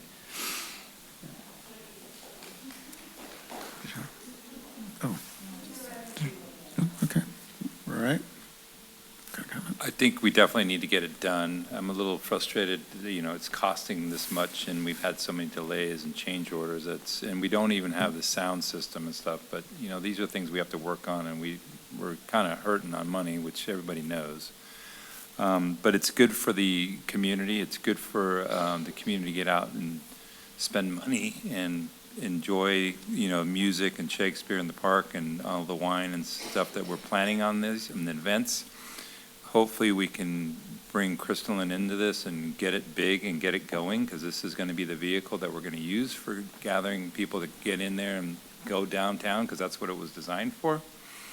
I'm a little frustrated with the costs and the overruns. I'll be honest with you, that's kind of a negative, but I'd like to move on that. But the next projects, I really want to hone in on that. I think we need to have a project manager that can oversee these things and make sure that we don't come into these problems. I'm not putting any negative on anybody here. I'm just saying I want to kind of watch that, because that belt's got to tighten up, and this council knows that, and I think staff should know that. So from now on, we definitely need to, moving on to the next project and the next project, we have to take another set of eyes and make sure that we're watching the budget.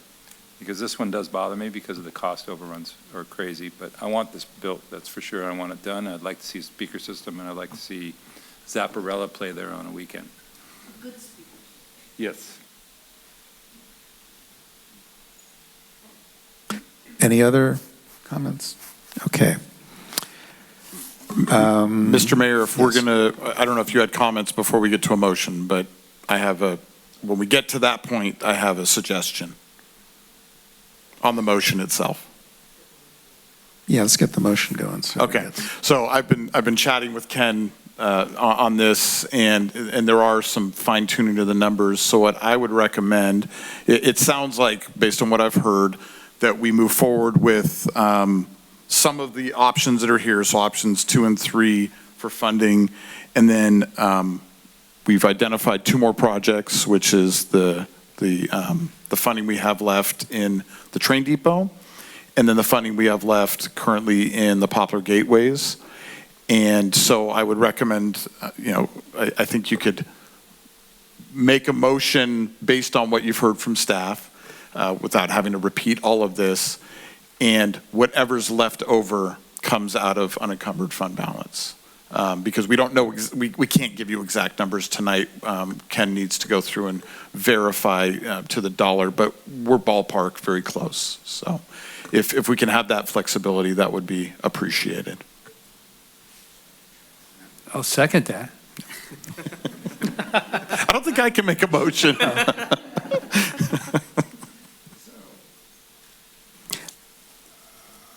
I move that we adopt a resolution authorizing the Administrative Services Director, using the guidance and comments that they heard this evening, to transfer $1,435,000 to Capital Improvement Project number 0611, the John L. Carter Park Improvement Project. Since this is money, we're going to take a roll call vote, please. Thank you. Councilmember Johnson? Yes. Councilmember Nagengast? Yes. Councilmember Penrose? Absolutely. Vice Mayor Reddick? Yes. Mayor Brownstone? Yes. Motion carries. All right.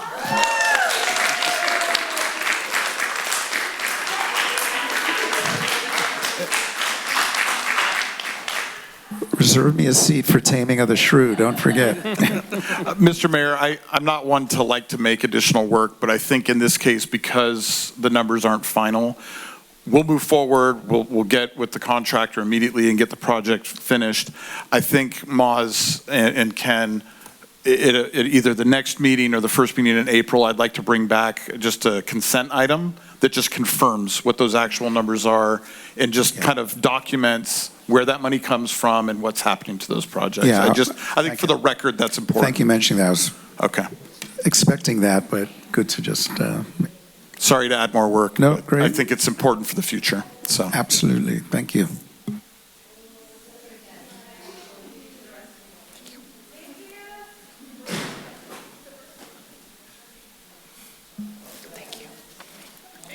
Yes. Should we just take all the Shakespeare puns we can get out of our system right now? I got a million going through my head, sir.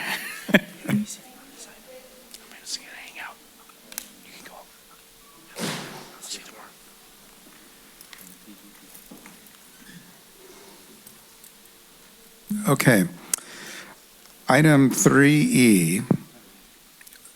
Maz, you'll be doing this one too, or? I'll actually be running with this. Okay. Maz will be Great. available for questions, as will Catherine. And given the public we have a few people online, I think I'm going to shorten my presentation and hope people have read the staff reports. So I'm going to do the next 2 items. Great. So the first one, item 3E, is regarding the sale of a parcel at 830 Stone Pine Road to San Mateo County and related matters. Really quick history. We purchased 880 Stone Pine in 2021 using a loan from California iBank, and that loan paid for the purchase of the property from Post as well as improvements. This is the home of our corporation yard, and it was in desperate need of some help, and with that loan we were able to make some improvements. We use about 4 or 5 acres for our corporation yard.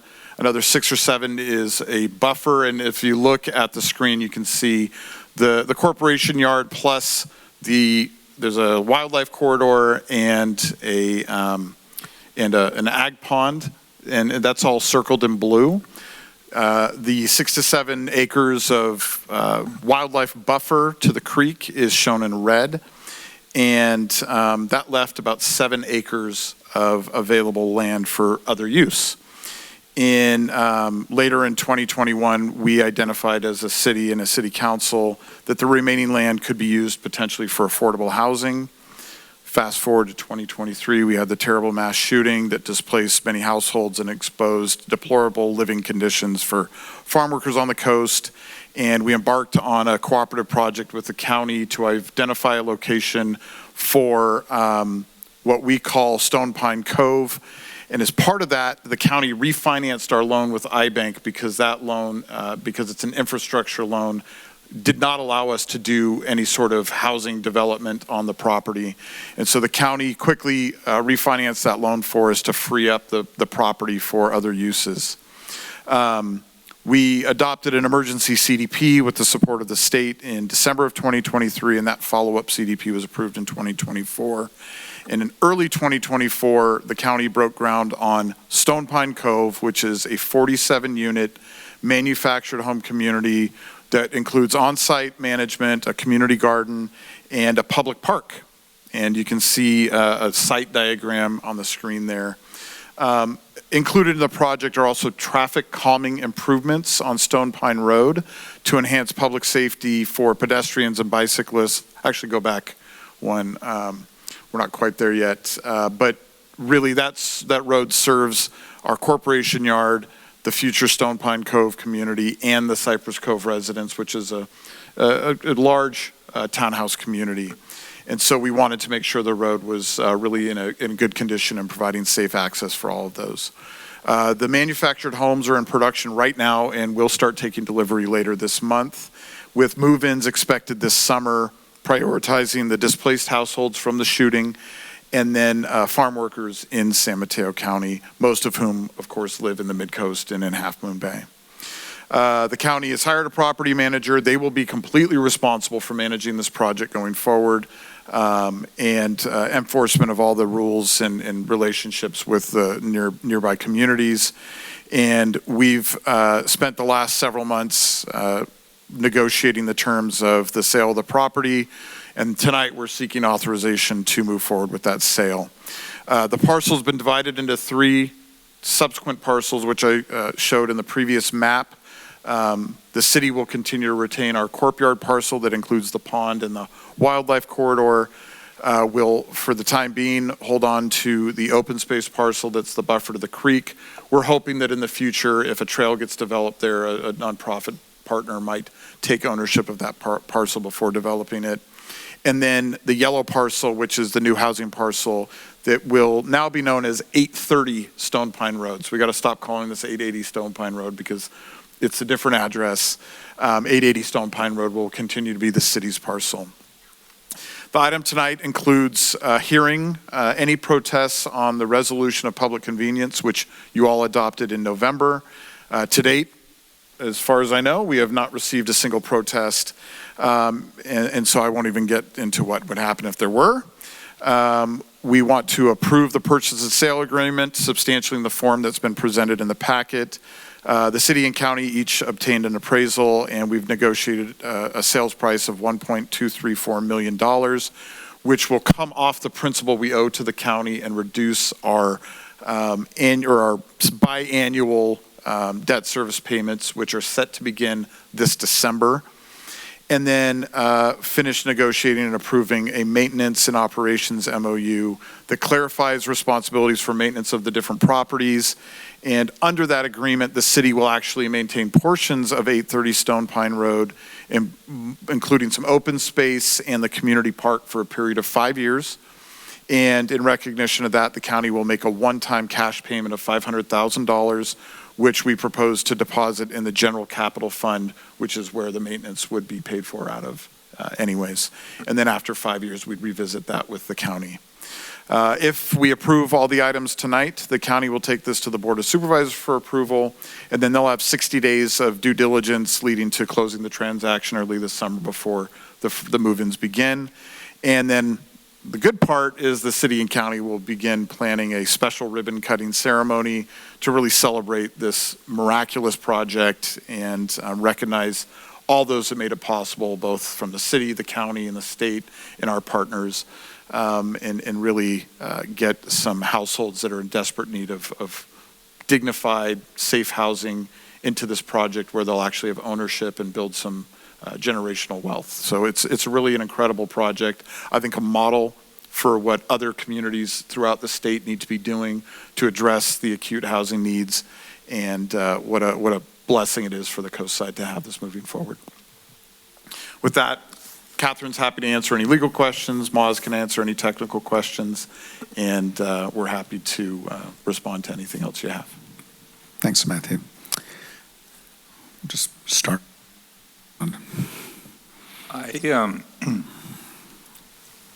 I think this project looks great, especially from the view from the highway. When you're coming in, you don't really see it. It's kind of nestled in with the trees. It nestles in well.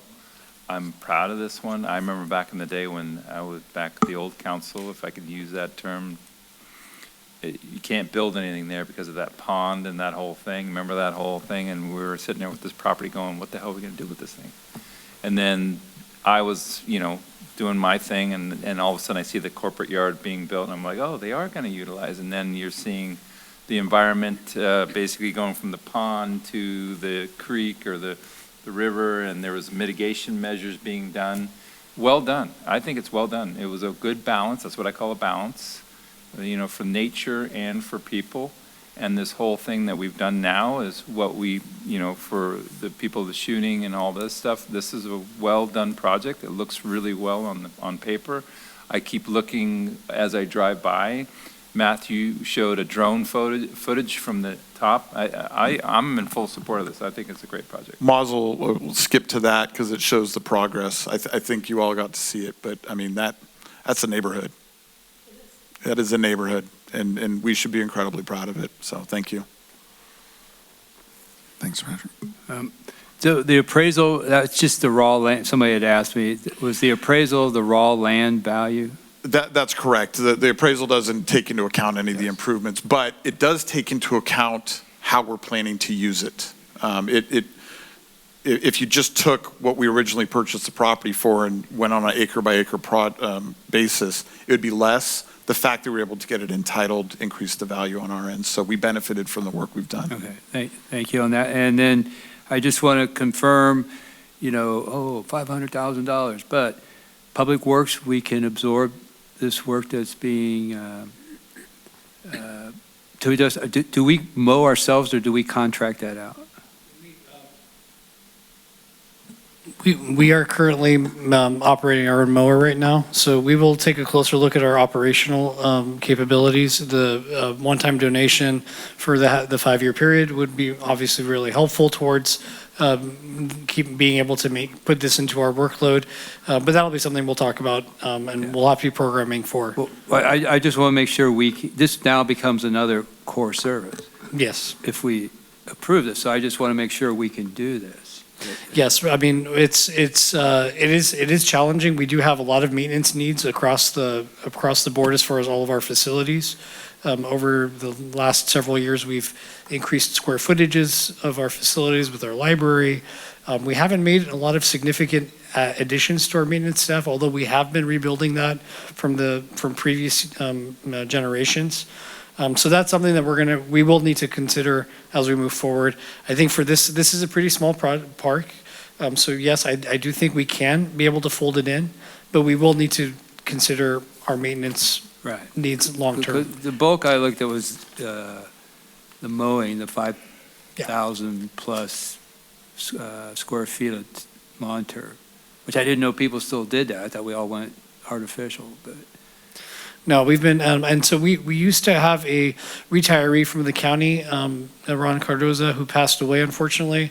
And since we haven't been able to find any contractor that would be willing to give us the rates that he gave us, we've been doing this in-house now. Okay, all right, thank you. And I'll just add to that, the $500,000 that the county's contributing, it's mostly focused on the open space mowing that we're taking on. It also helps, Moz's team has done a really great job of looking at the numbers and making sure we understand the impacts. It does go towards some of the park's maintenance, but we're also taking some of that on ourselves because it's going to be used as a public park. Our hope is that it will help the Cypress Cove neighborhood and Stone Pine Cove neighborhoods join together and get to know each other and develop those relationships. We'll see what the utilization by the community is, and after 5 years, we may have to revisit that. So. All right, thank you.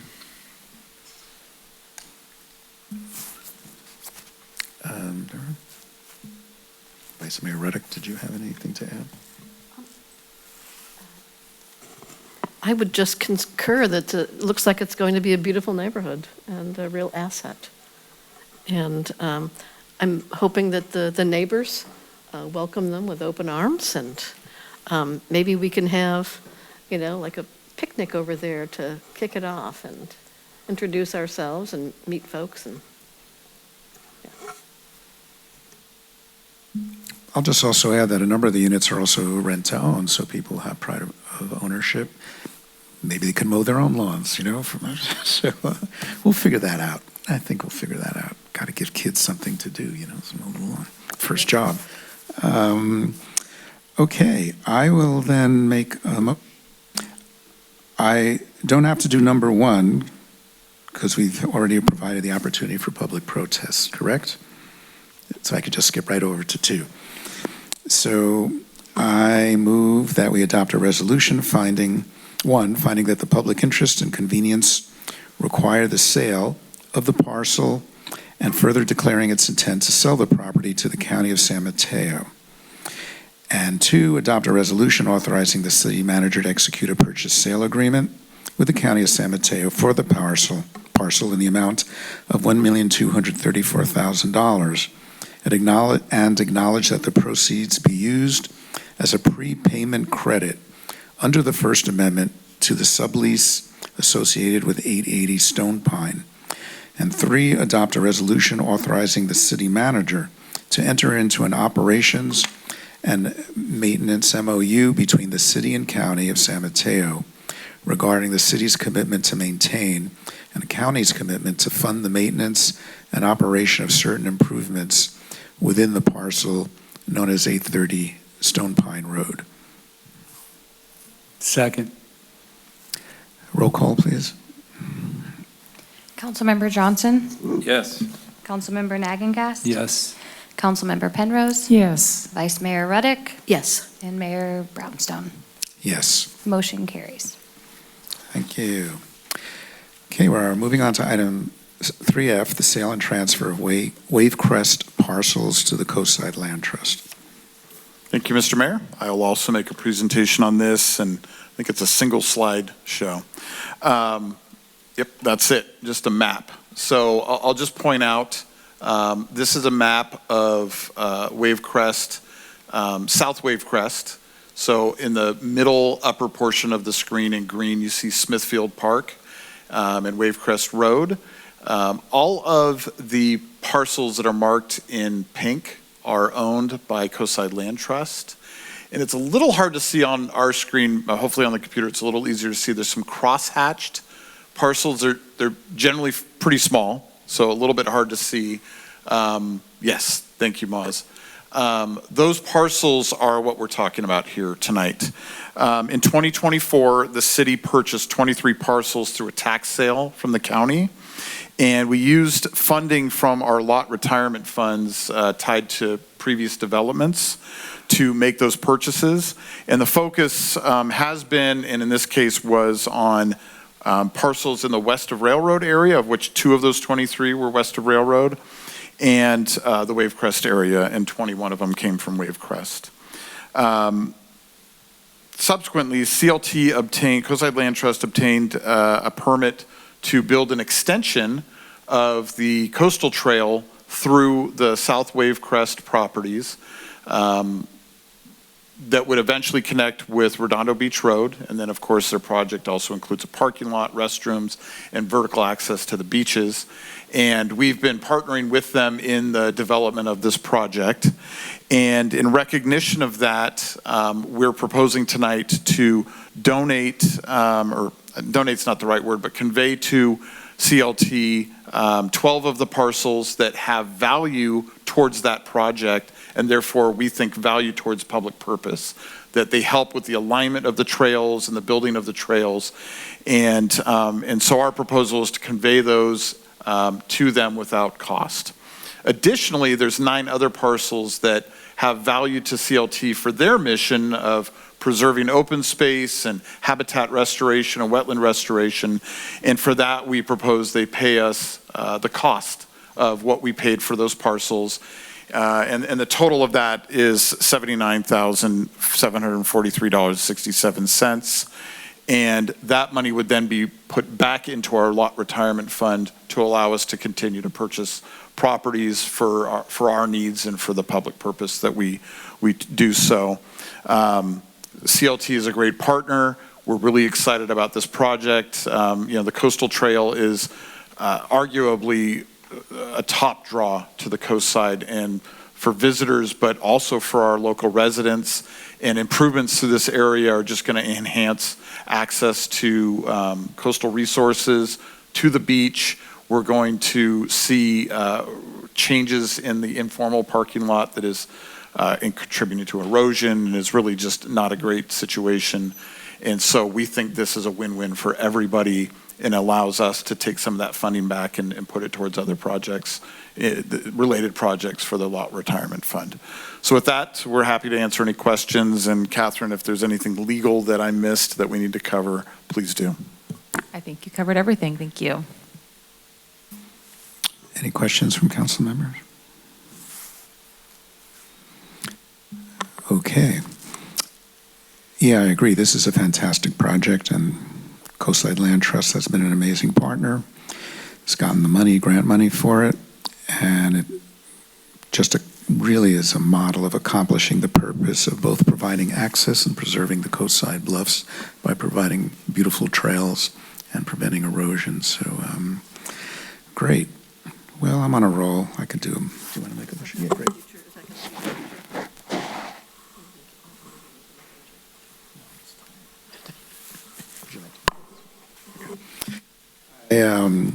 I move that we adopt a resolution finding the sale exempt from the Surplus Lands Act and authorizing the city manager to execute an agreement to sell transfer properties acquired through tax default sale to Coastside Land Trust to assist in the completion of the Wave Crest Trail Project, which is an extension of the California Coastal Trail and expanded beach access and protection, restoration of coastal bluff habitat. I'll second. Can we have a roll call, please? Councilmember Johnson? Yes. Councilmember Nagengast? Yes. Councilmember Penrose? Yes. Vice Mayor Ruddick? Yes. And Mayor Brownstone? Yes. Motion carries. Well done. Any commission committee updates? Not tonight. Anything for future discussion? And maybe, Matthew, you may have said something on your weekly updates to us, but I'm getting some calls about these wildfire maps that are, which the fire marshal has sent out, and oh my gosh, what does that mean? Whether, is that what the insurance industry used? What are these doing? Why did it change? All of a sudden, Alsace-Lorraine, there were some actual changes, which is interesting considering, what is there or what isn't there. So I think maybe something might be coming to us. Just explain to the community what's happening. I know you might even be out doing some actually walks in some other areas east of Highway 1 that may have changed. Yeah, I appreciate that. And yes, this is a top issue for the community and for staff. We'll be participating in a series of meetings with the fire district and the county and others to make sure we're all on the same page as far as how we move forward. And yes, there will definitely be an item coming forward in the near future to just make that clear to everybody what's happening and what they can expect. Just to follow process, if that's being considered, a future agendized item, right? So I want to second that because we should. I mean, we can. I actually have authority to bring items forward, and I'm already planning to. So, but you could solidify it with that second, and then it's a council request. And it could be one of those special sessions that we have, Mavericks or whatever, where we have both representatives from CAL FIRE, but also maybe some of these insurance companies, because we know a lot of people have actually had some of their home insurance policies canceled after drones inspected their houses from above, and it's really been a very contentious issue. So I think people would love if we had some time and experts on that. Yeah, and I would say that we probably want to include Leslie Lako, because I can see this impacting not just insurance rates, but, development standards, building codes, lots of different things. So I think we need to understand, the whole holistic picture that this represents, fires, outdoor fires, all kinds of things. So I think we need to get on top of it. And since we're hopefully going to be doing our implementing zoning ordinances sometime soon, that'll have to play into that, I'm guessing, so. Yeah. I think I would add a representative from the state insurance commissioner, because I know they've been focusing a lot on home insurance policies, so why not? Any city council reports? Any city council reports? Is it okay if we play that video? Thank you. Wait a minute. The kindergartners would be so upset. So due to Yes. the internet outages throughout the evening, the Seacrest kindergartners just wanted to say one more quick thing before we end the meeting. Great, let's show it. Roll them.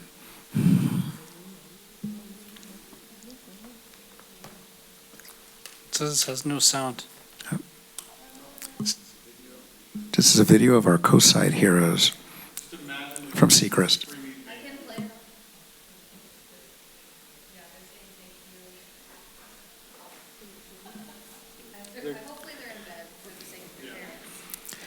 So they're cleaning our In case you can't hear the soundtrack, these are Those little hands, they really get deep in there, these are our They get heroes all the saying hard to thank reach you. places.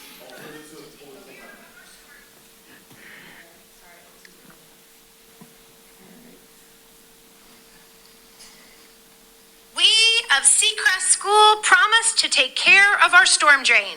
We of Seacrest School promise to take care of our storm drain. We will keep it clean. We will keep it clean. Pick up litter we see. Pick up litter we see. And only let rain go down this drain. And only let rain go down this drain. We protect our drain. To help the ocean stay clean. To help the ocean stay clean. Thank you, Mr. Matt and Miss Maggie. Thank you, Mrs. Matt and Miss Maggie. And City of Half Moon Bay. Yay, you're all welcome. And the city council, again, thank you for being heroes.